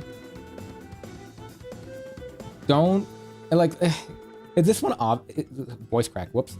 This one is really obvious, but I don't know if it is. It's obviously don't try to flirt with the streamer. Not, and again, the bar is weird, right? Because you can kind of like flirt in a funny way or just kind of play kind of coy. Like that's kind of whatever. You know, it's everyone is not really too, what do you call it? Everyone knows it's a joke, right? No one's really committing to the flirt. It's a little bit coy, but I've seen some people I've seen some people in some chat rooms, and maybe this is a problem more with like female streamers, where like a guy chatter will come in. It's like, oh hey cutie, are you single or whatever? Or like, I wanted to puke just saying that. Oh dear. Oh, I forgot to put on my shield. Hold on. So yeah, that should be obvious. Don't flirt with the chatter, or sorry, don't flirt with the streamer. At least like very explicitly.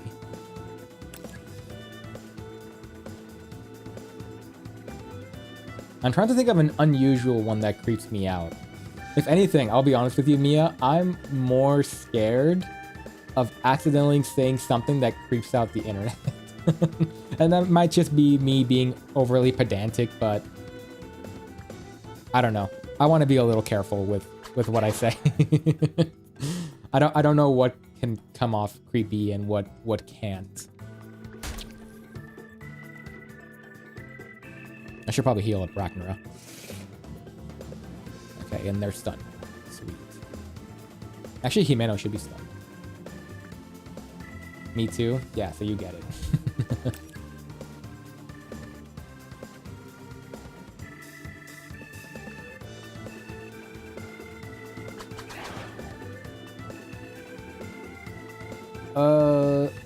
It seems you probably understands, like, don't obviously ask for super personal information, but I think most people who watch VTubers understand that rule. Like, there's a reason why they're VTubers, and that kind of anonymity is part of the draw. So most people understand that part of asking too much of the personal information.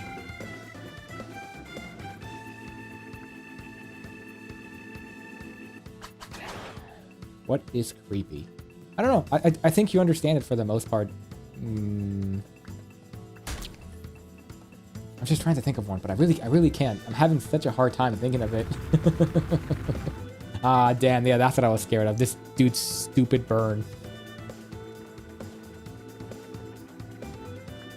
Okay, I need to heal up Suu.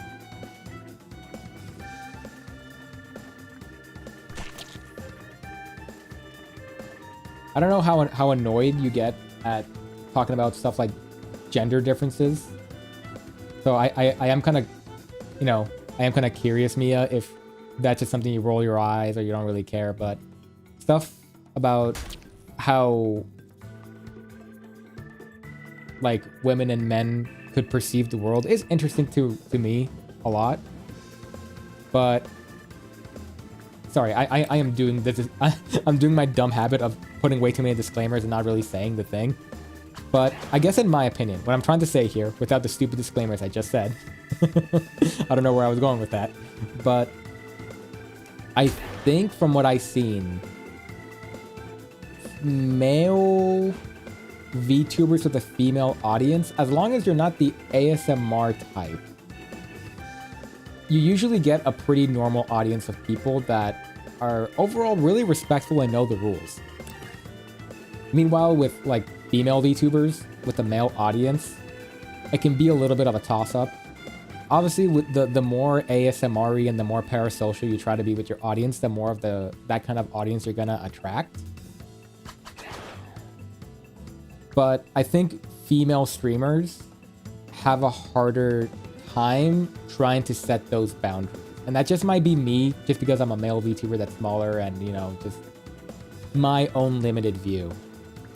But I don't know, if I kind of wonder if that's how it is.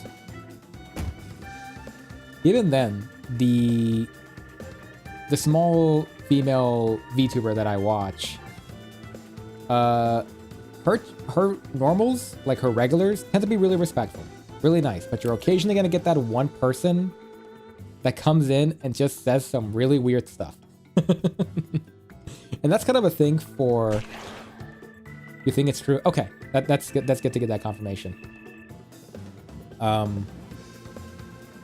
I think this is mostly true also with just long-term viewers versus people who just come in.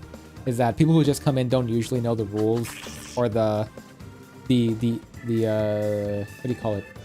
Etiquette? Oh my god, I can't say the word right now. Etiquette. That whoopsie. People don't usually understand the etiquette immediately. Or don't bother to, sometimes.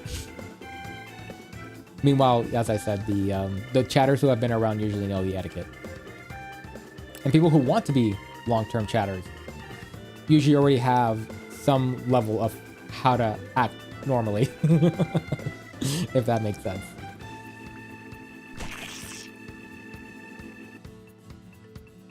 Okay, after him, I am gonna hydrate. Alright, don't mind my weird pogging face that my VTuber does when I drink water.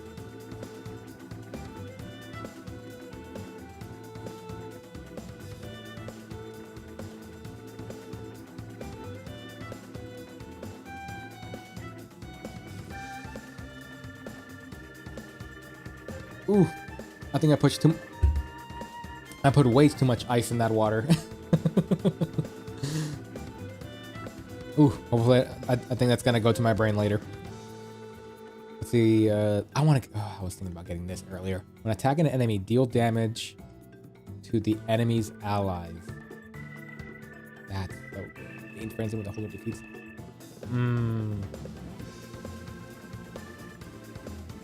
I think Himeno is too busy to be on...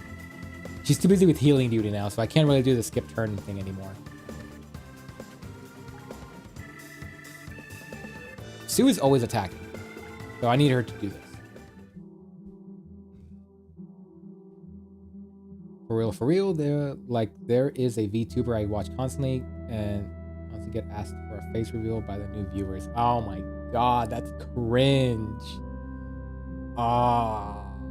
Ew. That stinks. Oh my god, you know what really annoys me, Mia? Is that YouTube videos And really, a lot of like the culture, like some of the visitors slash tourists around VTubers, they're so obsessed with face reveals. It's so annoying. Like, not that there's anything wrong with people, you know, VTubers who want to show their face, but, you know, some of them are kind of like, well, I'd rather you not. That's the reason I'm a VTuber, but it just happens so much. It's so annoying. And at least for me, I tend to prefer not knowing the VTuber's face, in my opinion.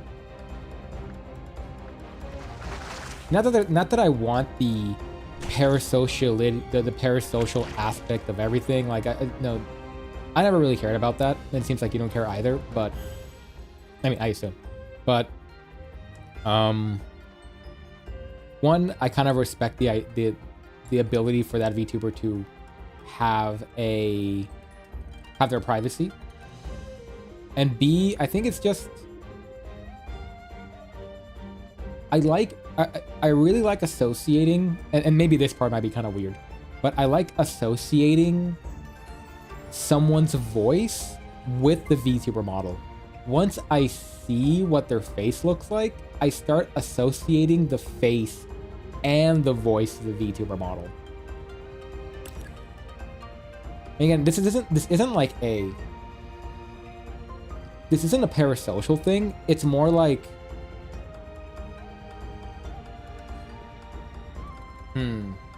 it's weird for asking for a VTuber, yeah.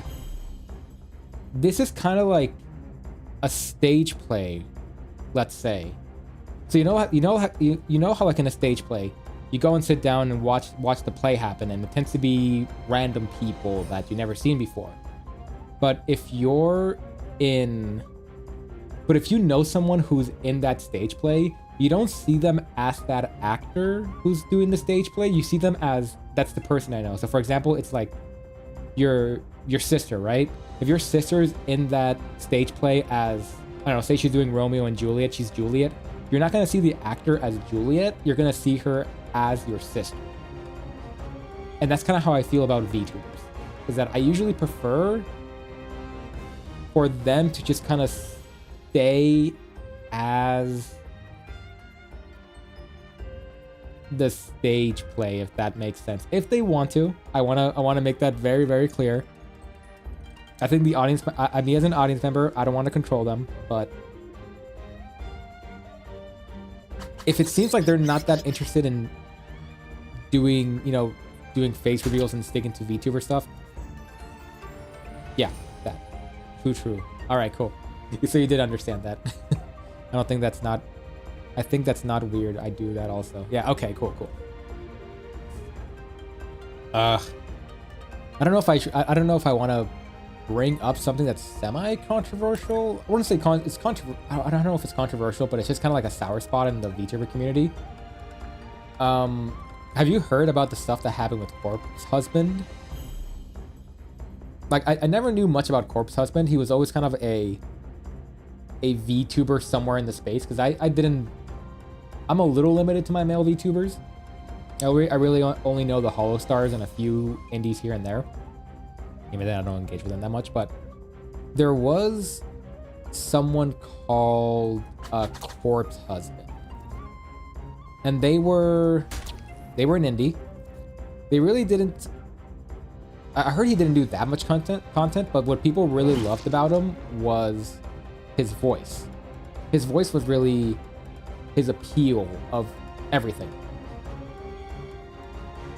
You do know the doxing thing. Okay, so you know the whole thing that happened. Yeah, people got so obsessed with this person is that they ended up doxing him.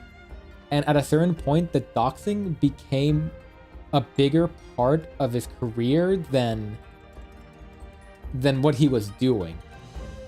And then he just disappeared from the internet. And you know, there's a lot of like conspiracies that go around with Corpse Husband, like what really happened to him. But it's so, I don't know, it's just one of those examples where stuff like doxing and like face reveals can, at least unintentional ones, it can negatively affect a VTuber. So, stop it. Now, thankfully, I don't really have my face out there on the internet too much. At least that's linked to my personality stuff.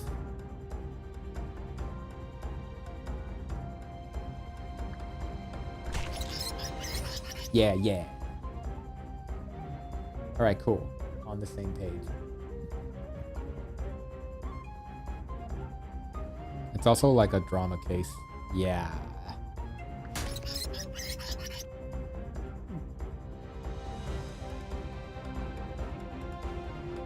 Like, I know that I only vaguely knew of Corpse Husband for just kind of off to the side being like, oh wow, this guy seems pretty popular. I don't know what's up with him. And then I didn't hear about him for like maybe 2 or 3 years. And the next time I did hear about him was that controversy. It's also like a dream case. Ah, okay. Don't worry, I do typos all the time too. It's so embarrassing when I do it to a chatter. Like, thankfully you're only one person, so I can immediately see your correction. But it's super annoying when there's like 20 chatters, you make a typo, the streamer gets to your chat, and then they misread your sentence because of the typo, and they just move on like, man, what are they talking about? Anyways, but you want to correct yourself, but it's already too late, and it's kind of weird. It's so funny to think about. Ooh, this one looks cool. A holder gains a stack of frenzy whenever anyone receives stacks of bleed. Poison. Yeah, you've been there. You've been there. I need to give this a 2. This looks like a good run so far.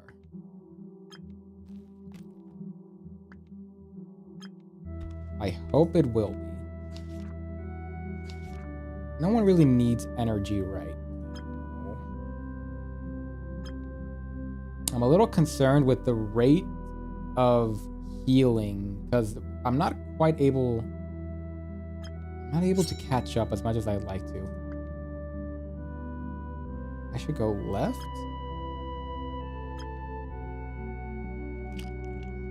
I shouldn't eat the mushrooms. That's a bad idea. Hold on, I'm like focusing a little bit. Stay on the current floor. Get this.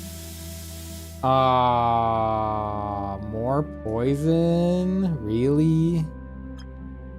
Okay, let's just fight this. I'm a little more confident now with fights now, but it's getting a little risky.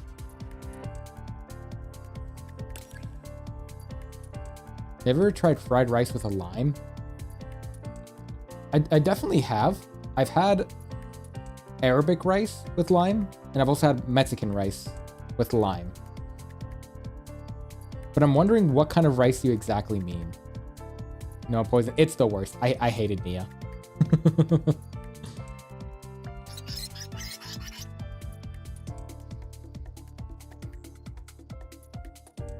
Fried rice with a lime. Is it like white rice with just a lime? No, you said fried rice.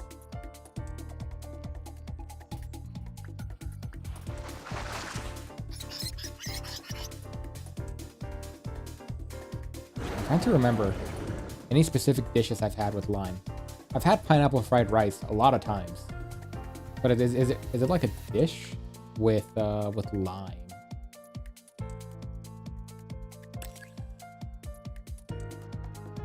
Not quite it, huh?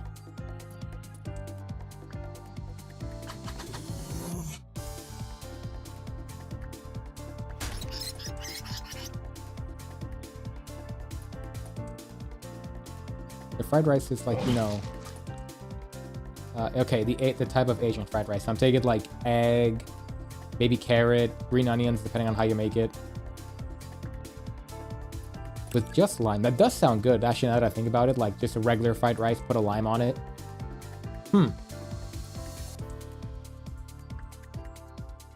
Yeah, that does sound pretty good. Again, I think I've had it in other versions, but not just like with the Asian style fried rice. Now really, it's like ice cream and French fries.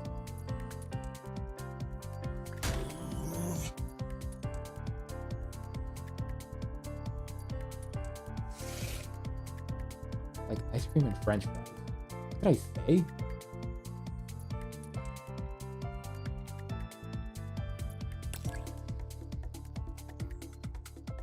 Oh, are you like making a connection between how people eat French fries with their ice cream? not if you're not, trust me, that's more common in America than you think it is. Some people really like putting French fries in their ice cream, and it's kind of a controversial thing. I usually eat it with red fried rice. Oh, I see.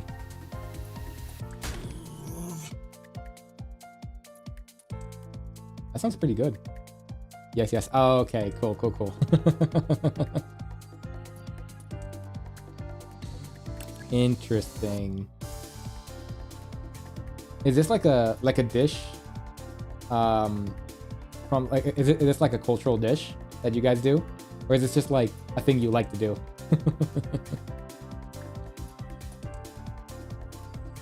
I gotta be tactical with my healing now.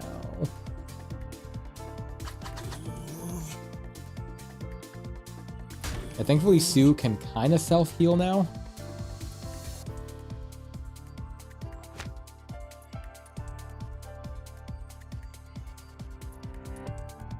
She can't self-heal enough though.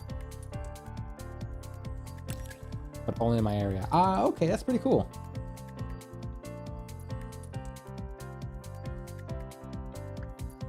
Yeah, America has those too. I'm sure you heard of like Tex-Mex and California-styled food and Philly sandwiches. I assume it's kind of like that. I'm gonna recover some of this. Then have Suu finish it off, and she gets a little bit healed. Okay. Okay, I remember this one was really useful in my last stream. Because this gonna gives Suu a free pass. Yeah, I know I know, Mia, it's terrible, isn't it? The poison just does so much damage, and right now Suu is just suffering. Okay, yeah, but Suu does need more energy right now. It's terrible. I hope I get an artifact that can just cure poison, or at the very least get something that helps out. Yeah, you can say it like that. Yeah, okay.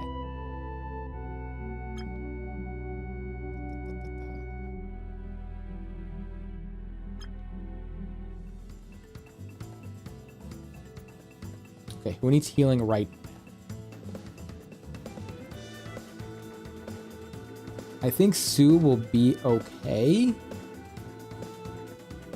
I want Himeno to make sure she gets her healing.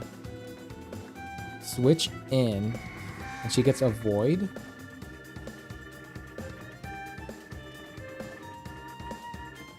Okay. Let's see what happens. Oh my god. That's crazy. Oh, that guy has a void now. Okay. Oh my god, the poison is so much. And unfortunately, the front enemy doesn't bleed either, so... Suu's gonna be on life support for a bit. Wait, does he bleed? Hold on, I gotta know. He got... immune to bleed and poison? Uh-oh. Uh-oh. This is gonna hurt. That's not good. That's not good. Okay, we're still in it. We're still in it. I like how I can go from 3 to 30 damage, right? So right now, the game doesn't really explain it to you, but it's how many stacks you have. So Himeno, is my model in the way? Himeno has 4 stacks of poison, which means every turn she takes 4 damage. But Suu has 30 stacks of poison, which means she takes 30 damage every turn. This has garnered up from her getting like bitten over and over and over again. It's so brutal.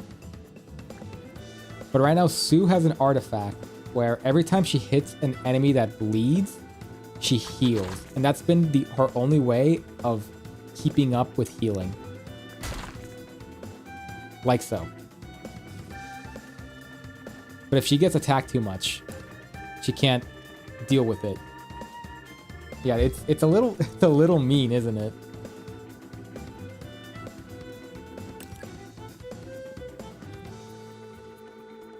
Okay, maybe I should start. I gotta strategize a little bit more. Oh my god, everyone's so low. Oh, I missed.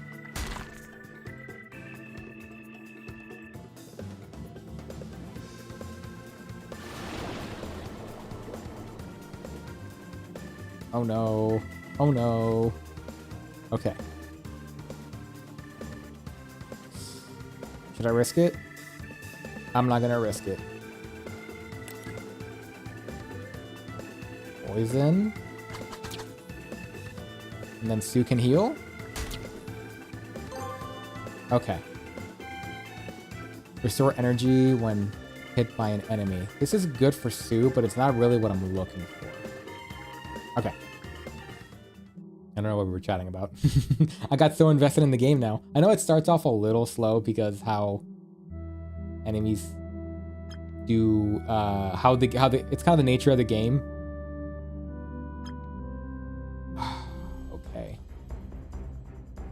Okay, this is a pretty easy one, I think. Just heal up Ragnarok. See who gets in.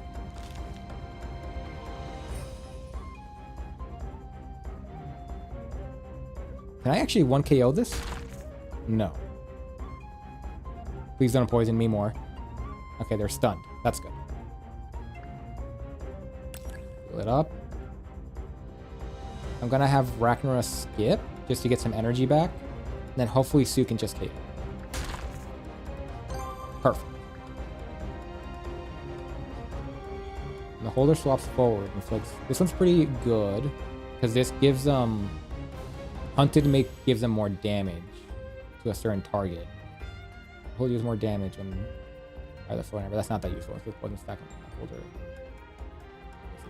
This one's the most useful. I'm gonna give this to Sue. Oh, it's coming down to the wire. Look at Ragnar's face. She's as worried as I am. Alright, let's head to the next floor. Ragnarok out of the weapon team before they can tell. Okay, everyone's good. Give it a shot.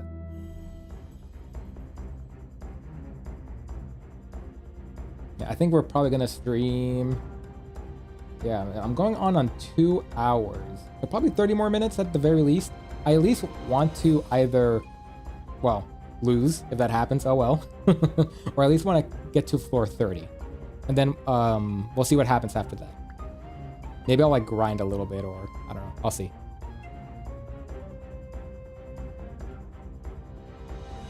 I think Ragnar will be fun. I think.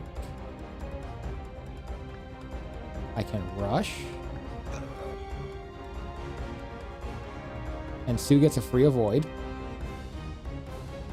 And then she gets to heal up a little bit. Okay. There we go. Yep. All right. Cool, cool, cool.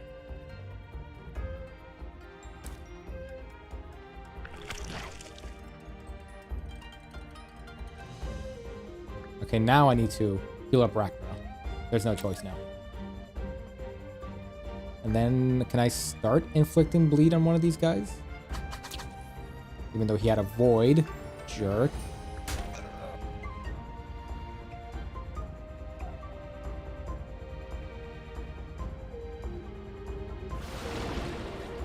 Okay, stunned once again. Man, that bottle has really been carrying the team.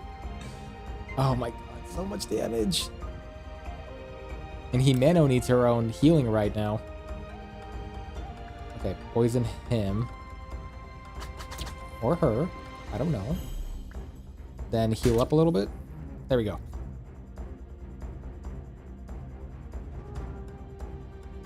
Okay. At least they're not doing damage. That's what matters. I need to heal up. Oh my god, it's getting down to the wire. It really sucks when the attack miss. It's awful. It feels really bad. Thankfully, if Ragnara... That one wasn't so bad.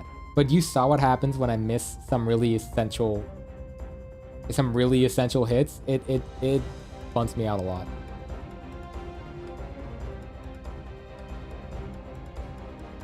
I think actually I should heal He-Man. I'm gonna heal Ragnarok. I'm gonna get started on the poison for Spooderman here. Actually, I think he's gonna die anyways. Yeah, he's gone. Oh well. Please let these be... When the holder inflicts... Okay, that's pretty good. Inflict hunted on a random enemy at the start of battle. That's not bad. Gain armor after taking damage. That's also pretty good. I like this one just a tad more. Okay. That's good. Ragnarok took no damage. Another enemy. This is starting to turn really, really stressful because of this damn poison. Okay, who needs healing?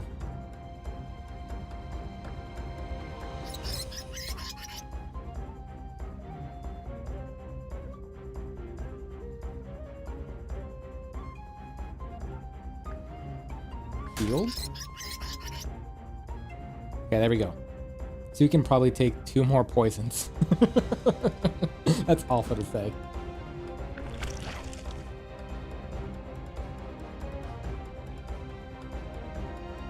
Okay, Himano's too low for my comfort. Why is there so many enemies, right? I mean, I'd rather deal with these little enemies than the really big ones that have some really scummy attacks. This guy can't bleed. And that's not good.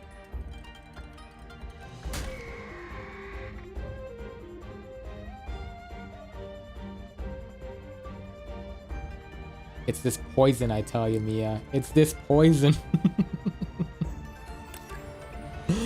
Oh, dear. Okay, just stand there. Then heal up. There we go. Okay. Gain a focus whenever you avoid an attack. That's pretty good. Deal extra damage when you inflict trapped. That's not that great. Yeah, this one is more guaranteed.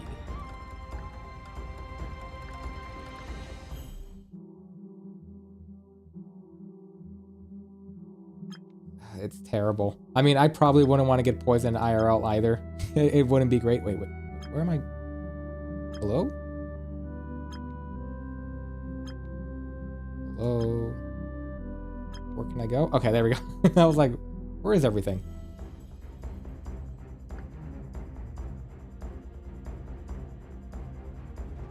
Yeah, I'm gonna go for Sue. She needs her healing.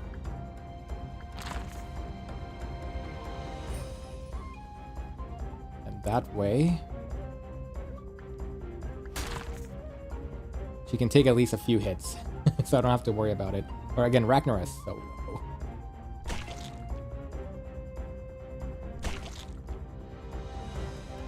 This blindness? Okay, that's fine. Himano doesn't really need it.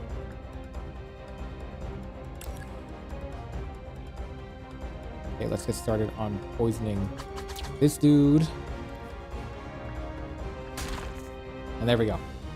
Sue should have her healing potential. Let's go.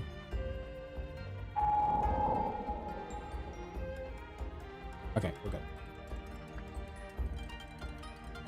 Actually, we're not as good as I'd like to be. Sue. Poison on this guy. I think it's gonna kill him anyways. Well, that's that. That's fine. That's not important. That one is not great, actually. That is not a good thing to miss. Okay, Sue, heal up, please.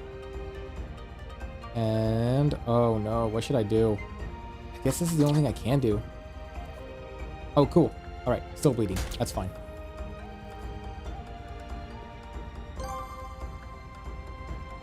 Receive golden holder saved by an enemy attack. Consume an orb and inflict extra damage when you attack an enemy. Decrease damage. have?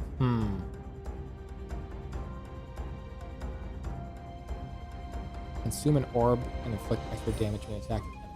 Let's try this. I don't use orbs that much in this one. I wonder if there's any character that can damage multiple enemies. There are a few that I tried, and they're a little wonky because you get... So the Cyclops character, the one I used to use, if they were in the middle spot, they could attack the back enemy and the middle enemy, but they can't attack the front enemy, which made things a little bit awkward. Maybe I'll play around with other characters. This is my first time trying the Centaur, and I like her way more than the Cyclops so far. You notice the crack in the wall peering through. I usually do this, right? Nope. Do I have any consumables? No. I'm almost thinking about leaving the dungeon. Like, it's really coming down to the wire as far as what I can actually do. Okay, this is just one rat. What are you doing here, man? I'm gonna heal up myself. Or Himeno's gonna heal up herself.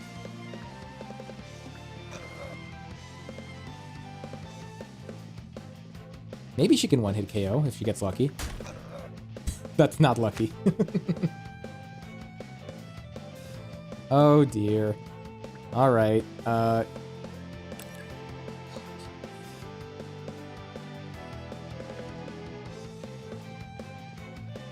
gonna actually skip to get some energy. There we go. And they got stunned. Too cool. Oh my god, you're so low, Rex.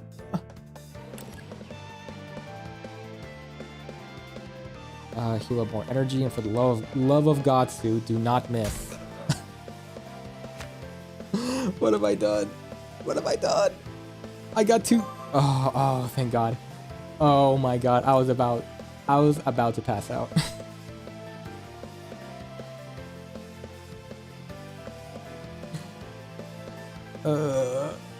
This game is starting to choke me. Heal when the users go to a new floor. That's going to be really useful once I find it. It's not a super useful item in most circumstances, but man, do I need this right now? Admits twice. Oh, it's only one person? I think Sue needs it the most right now, if I were to pick someone.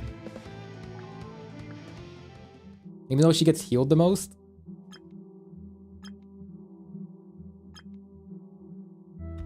Okay, how much is she gonna heal? Not a lot. That's kind of why I wasn't really that excited over that item. I think I need to eat the mushrooms. Your vision gets... What happened? That's what I was scared of. Oh no, I went back a floor? Okay, spend some time. Oh, that's good. Oh, that's bad. They lose energy. Wait, what's this? Reduces all status stacks received by the holder. What? Wait, what does this mean? Reduces all status stacks received by the holder. Generates a black orb when triggered. Oh, this is if you get new debuffs. You're not gonna get as many. Well, Sue's not gonna get many. Oh no, it's this dragon. It's this dragon. That's not good. Okay. Heal up Sue, please. He's not gonna bleed either. That's not good.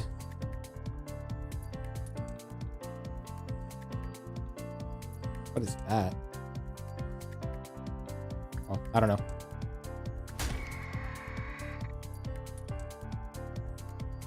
Okay, don't take too much damage, Sue, please. I don't really like the fact that Himeno also took damage.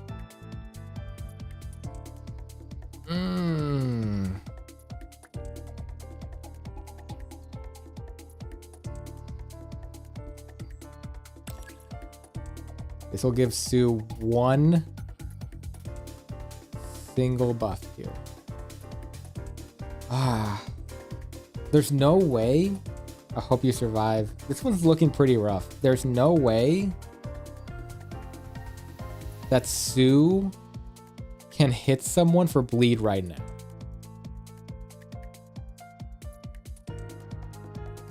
I think the only thing I can do is make this person bleed already. Get a head start on it.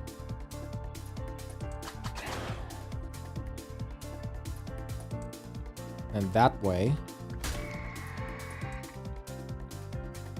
yeah, she'll be fine, but I don't got that much time.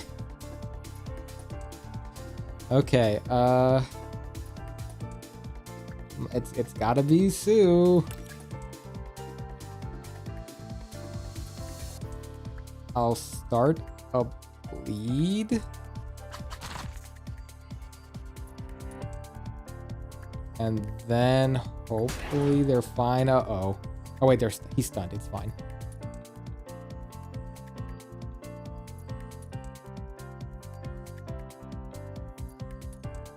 Okay, I think I'll survive this battle for sure. The only thing I'm thinking is I think I need to pack it and say I can't complete the dungeon, or I can't complete this floor because the poison is just too much. Which is okay. It's better to quit than to lose, because when you lose, your monster girls lose motivation, and that's really bad, or like willpower or something like that.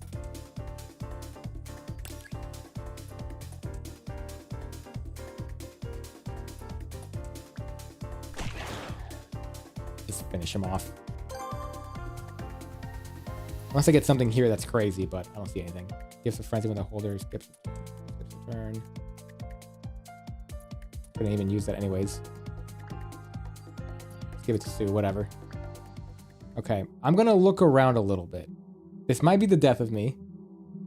Oh, do I want to? Like, the thing I was thinking about is I want to go to this mystery item because I could get lucky and get something that puts me back on my feet.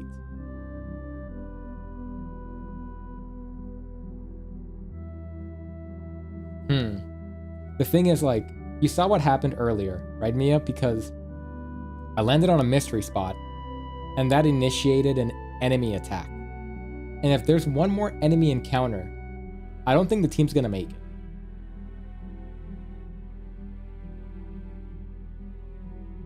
But if this is something that can help out the party,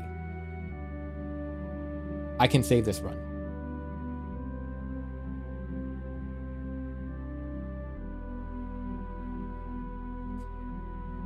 Okay, I'm gonna go in this mystery box and hope it doesn't make me lose the entire run. Okay. Probably leave. Yeah.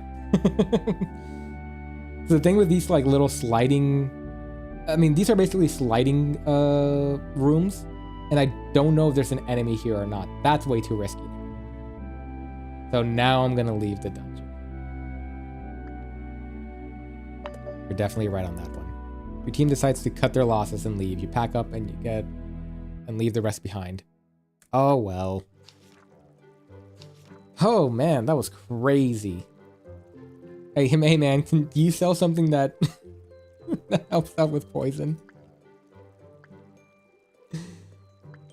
Deal more damage to enemies with poison stacks.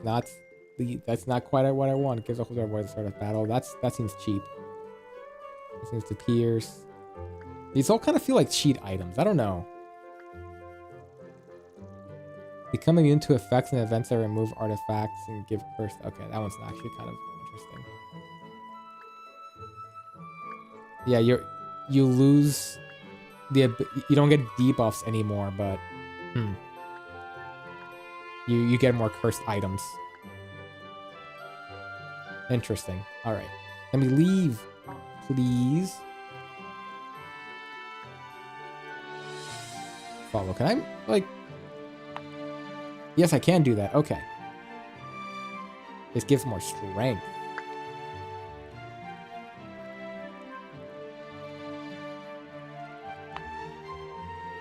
Leave it to me. I will deliver everything super fast. I mean, she's a centaur. She definitely can. Dodge would be pretty good. Accuracy. Not that useful. Yeah, she needs some dodge. That'd be good. Ragnar, can I get you to follow me? Can you work?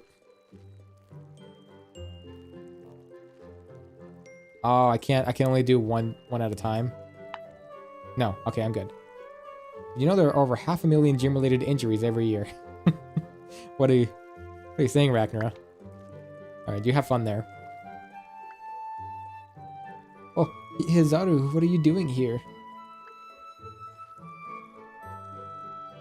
I'm glad they're also in character. I suppose I could get some rest. Does she need rest? No, you're good. What are you talking about? She's really tired, though. Okay, what does this give you? Accuracy? That's pretty good for her.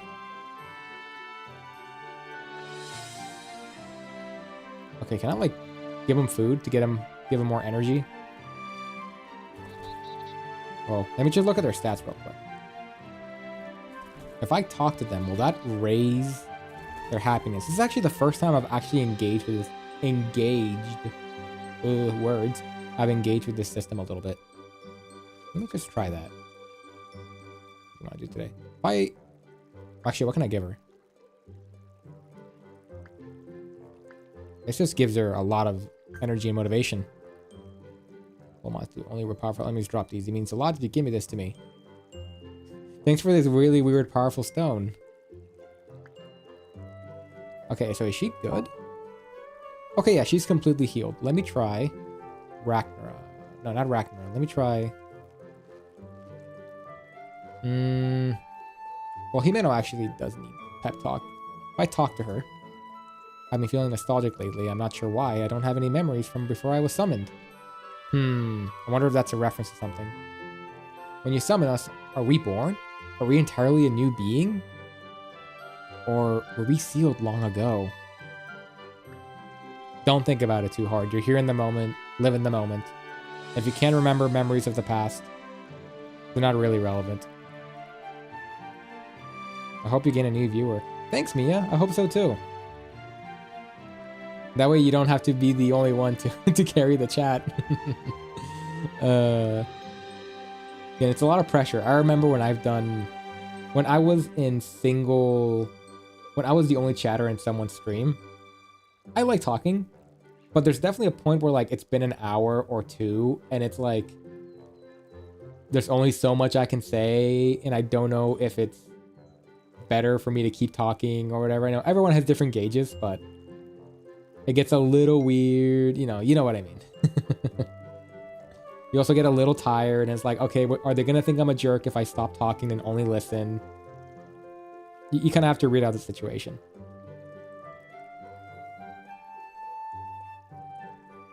Okay, so did she heal up anything? No. I think it's probably this up here. So I'm just gonna give her this little stone. Whoa, a milestone. Only powerful enemies drop these. Okay, so he says the same thing. You feel that? I'm glad. Man, one of my favorite things I love doing back before I debuted it was... I just realized what I'm about to say. And I think you might relate to this, Mia. I really love going to... like, just going on Twitch back in the day. Looking up... my favorite video games, seeing any VTubers that have like 0 or 1 viewers and then just dropping in their chat and just start talking. Because I feel they appreciate it more and you get to have more of a real talk. And I don't know, watching those individuals and talking to them gives me way more fulfillment than going to a big streamer that I don't really understand the chat culture with, and it's kind of weird, and I kind of just feel like I'm in a crowd, and I laughed earlier because I realized you're literally doing that thing right now.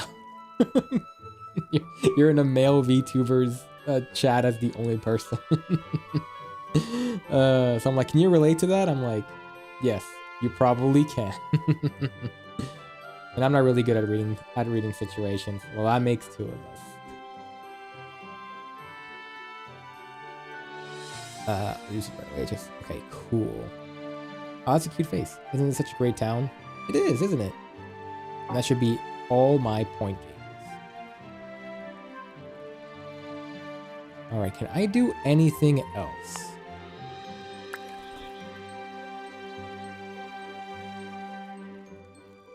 Motivation drop. Defense, strength, accuracy, dodge. That's good. What does the store have? Can I afford anything? No.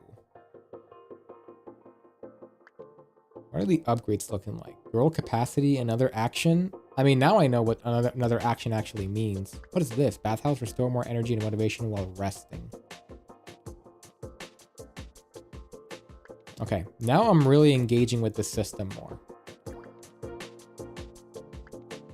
Fanny pack, hold when you leave the dungeon. The holder is immune to poison. Huh. I wonder if that will ever be useful. Let's just get one. Please. Let's just get one.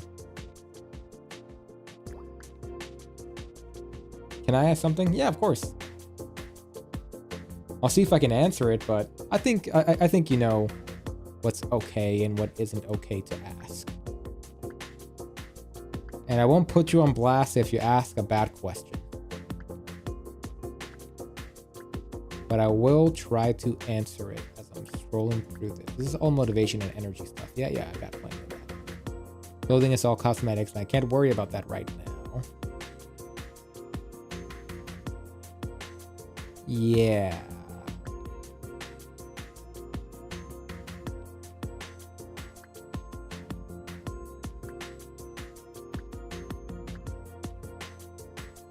Is there anything that heals it?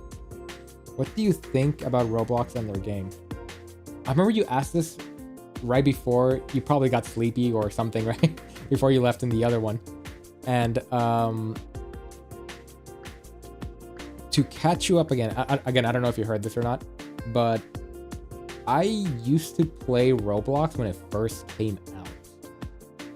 This was back in 2006 to 7, I think so. It's what I want to say. I think I played a little bit in 2006, and I really got into it back in 2007, all the way to 2010, 11 maybe. I kind of forgot where it was, but yeah, I used to play it way back in the day, and it's kind of crazy from the outside seeing how long. Or how different Roblox is now compared to way back in the day. I take it you're a fan? Before I got interviewed for shooting club, so I didn't hear it. Ah, gotcha. Okay. I'm glad you're prioritizing that. That's a long time. Yeah, that was way back in the day. That was definitely the target demographic at that point. Like, I'm sure the things I do know about Roblox right now, like the really big popular game is that it's that fashion game I keep hearing about, where you kind of role play as a role model and you get to customize the character and whatnot. I know that's a big one. I really doubt, I mean, I'd be surprised, but I kind of want to test it since you said I'm assuming you've played Roblox, so I am kind of curious. Do you know about the game called Mike's Paintball? You're old, just kidding. Well, I definitely, it's definitely not a joke to me anymore. Ooh. Yeah, it's all right. Maybe one day I'll proudly actually get that title of old, but right now I'm too much. I'm too young to earn that title. I hope to one day though. I think it's an honor to turn old, so I'm not quite there yet though. No? Okay, I get it. So Mike's Paintball was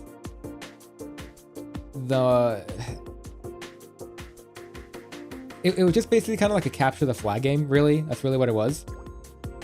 And it was the most popular game on Roblox. Probably from when it first came out, which is really early on, all the way to when I stopped playing Roblox. So probably like around 2010, 2011 or so. I never heard of that. I started playing Roblox like around 2018. Yeah, that's a different environment at that point because they started adding like cosmetics and stuff that looked way different from the old blocky stuff that I remember. Even then, they were already kind of doing that when I first started playing. Or not, sorry, when around the time I stopped playing. Ooh. My phone battery's running low. It's all right. It means I still got like a couple more minutes. So no pressure. I don't think I have anything else. I do like the store music. So yeah, I think for now, I'm gonna call this for a good game. And I'll just chat a little bit more for now. Because this is a good opportunity to test out the little screen I was working on. Hey, it sort of works. The chat isn't there though. Damn it. All right, I gotta go back to the drawing board when it comes to that one.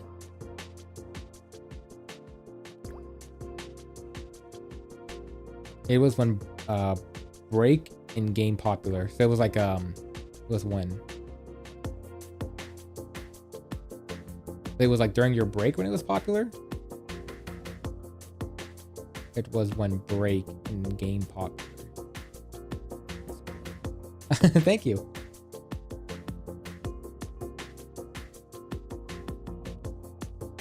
I'm using all my all my IQ points because I'm really bad at understanding English, even though it's my native language.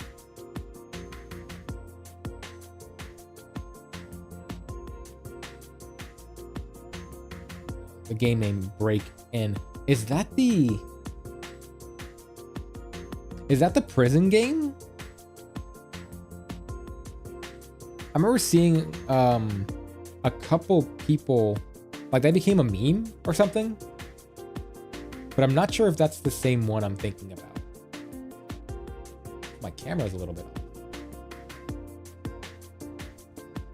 Man, this music to Monster Girl Manager is so good. I'm gonna see if I can ask the dev if I can use it during my streams. If he's okay with it. Or she. No? I wonder which one it is.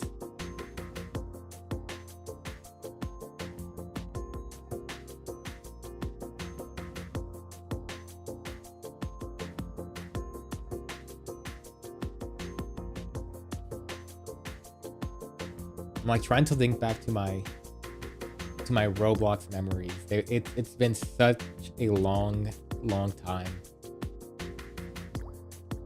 It's like a game about protecting our house from an intruder. That genre I think was kind of there. Yeah, I think I remember seeing that kind of genre before. I wonder how it evolved. The one game that I saw that was still popular, and maybe you've heard of this. I don't know. Maybe you heard about this one. Back in, I want to say 2010, a game that was about surviving natural disasters came out, and there was like a little capsule that you were in, and then just random events would happen in it, and then stuff would happen. and your goal was to survive, essentially. It's kind of like I don't want to say a battle royale because there's no battling, but it was a royale. Last man standing, that's what it was.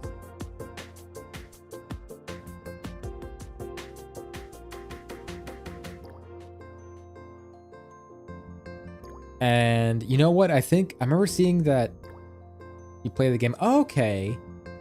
So that one is still around. Cool. The other one that I saw that was still around, and I wasn't super into it, but there was a high school roleplay thing that was going on, or like a roleplay like a civilian or whatever.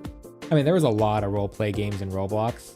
I'm sure that hasn't changed at all, but I saw that high school one has only grown in popularity.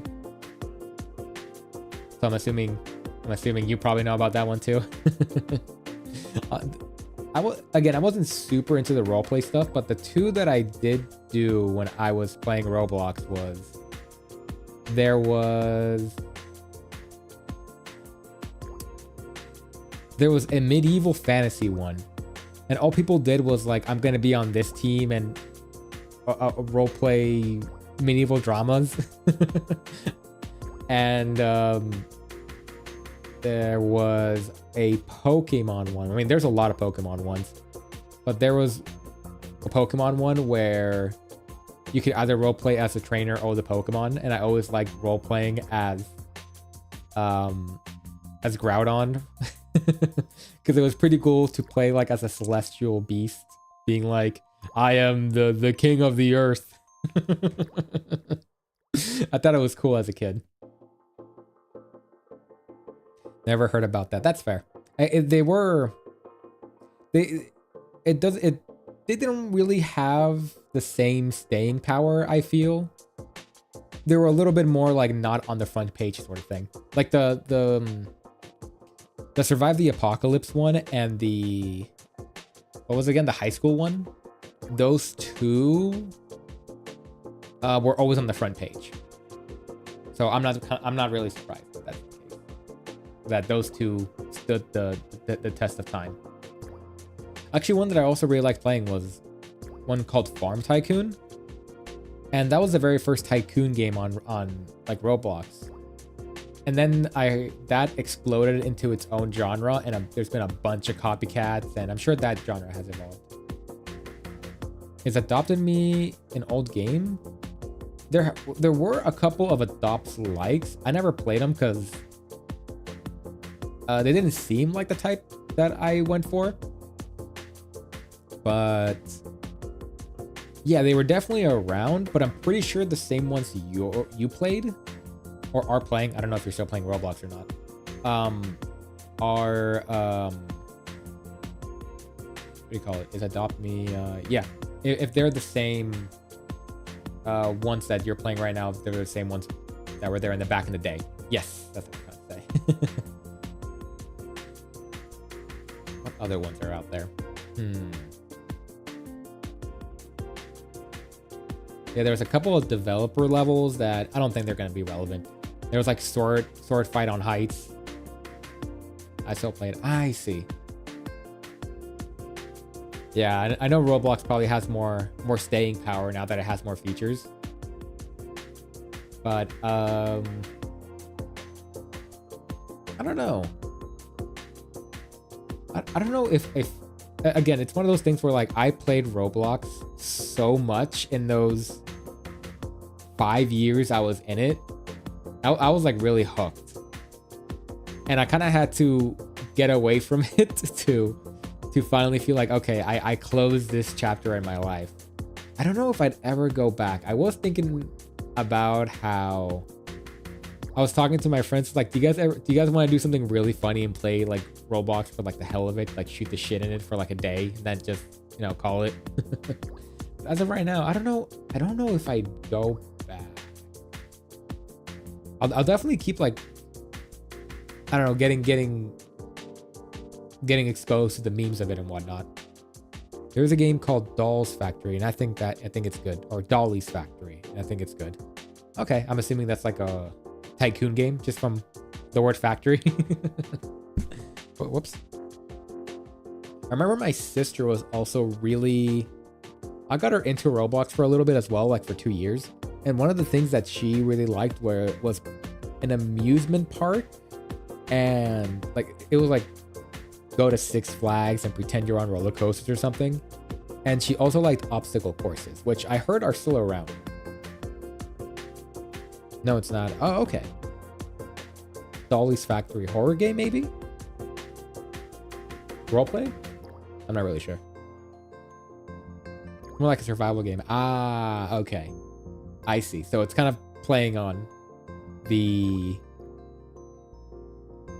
I don't want to say Five Nights at Freddy's because that's a different gameplay, but yes, the runaway horror games. Like Insomnia. I see. I mean, Isu.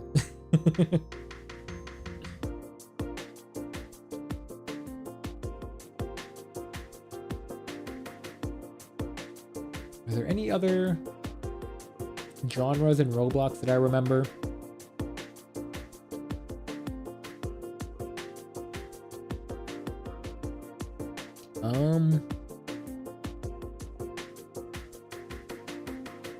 You can say it's a bit of aspect of a horror game. Yeah, okay, like the runaway games.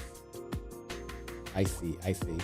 There were PvP games sometimes, and they were just like random crap that people would just randomly do. I really like the building aspect of Roblox. That's why I really liked it, even though all my places were crap.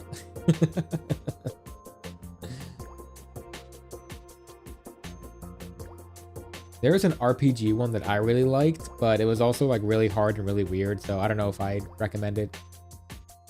Oh, actually, there's a drawing game like Speed Draw or Draw Me. Oh, that's cool. Now you actually reminded me of like there's one like Draw Me like that, but it's for building instead.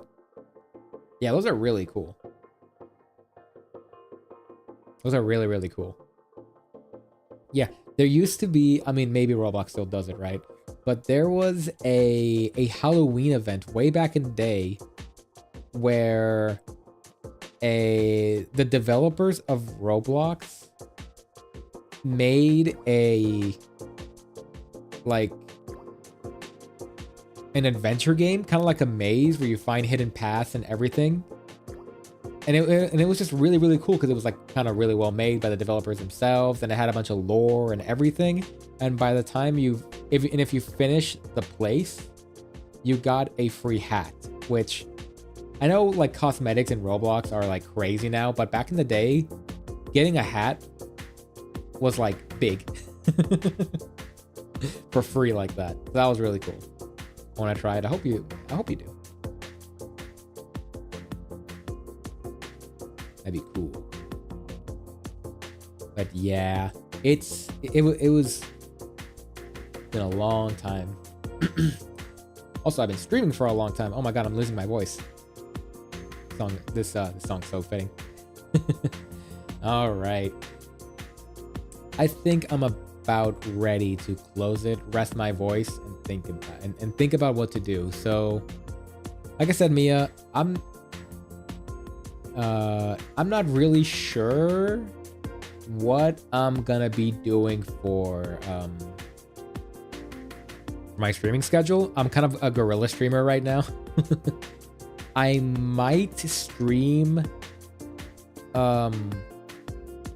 maybe Saturday Pacific time, maybe Friday.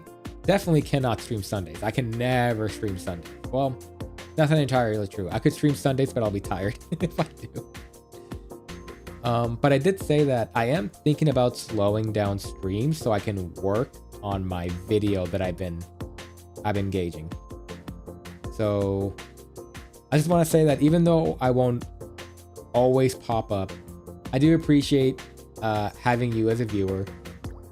And I want to say, like, you don't have to engage with all my content if you don't want to. It's kind of one of those things, like, I don't want you to feel pressure to be like, well, Hazard's relying on me for me to watch his content. Like, I definitely don't want you to feel like that. If you feel like watching my content and if it legitimately gives you a good time, then go for it. And if you just want to say, I'll skip this video or watch the next one, like, it's completely up to you. But yeah, just want to say thank you for engaging as much as I can. And I don't know how consistent I'll be popping my face everywhere. That's all I want to say. I'll think about things.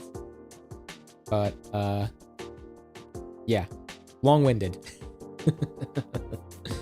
All right. Thanks a bunch for joining me on Monster Girl Manager. I love this game. Maybe I'll stream it again.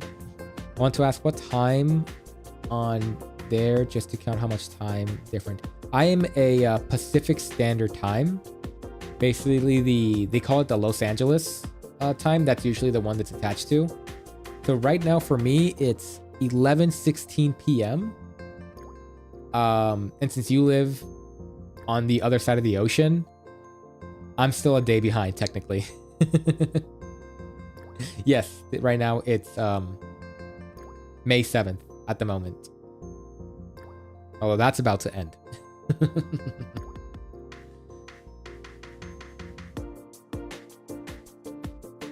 So yes, all my stuff is PST, which I probably should add a disclaimer for.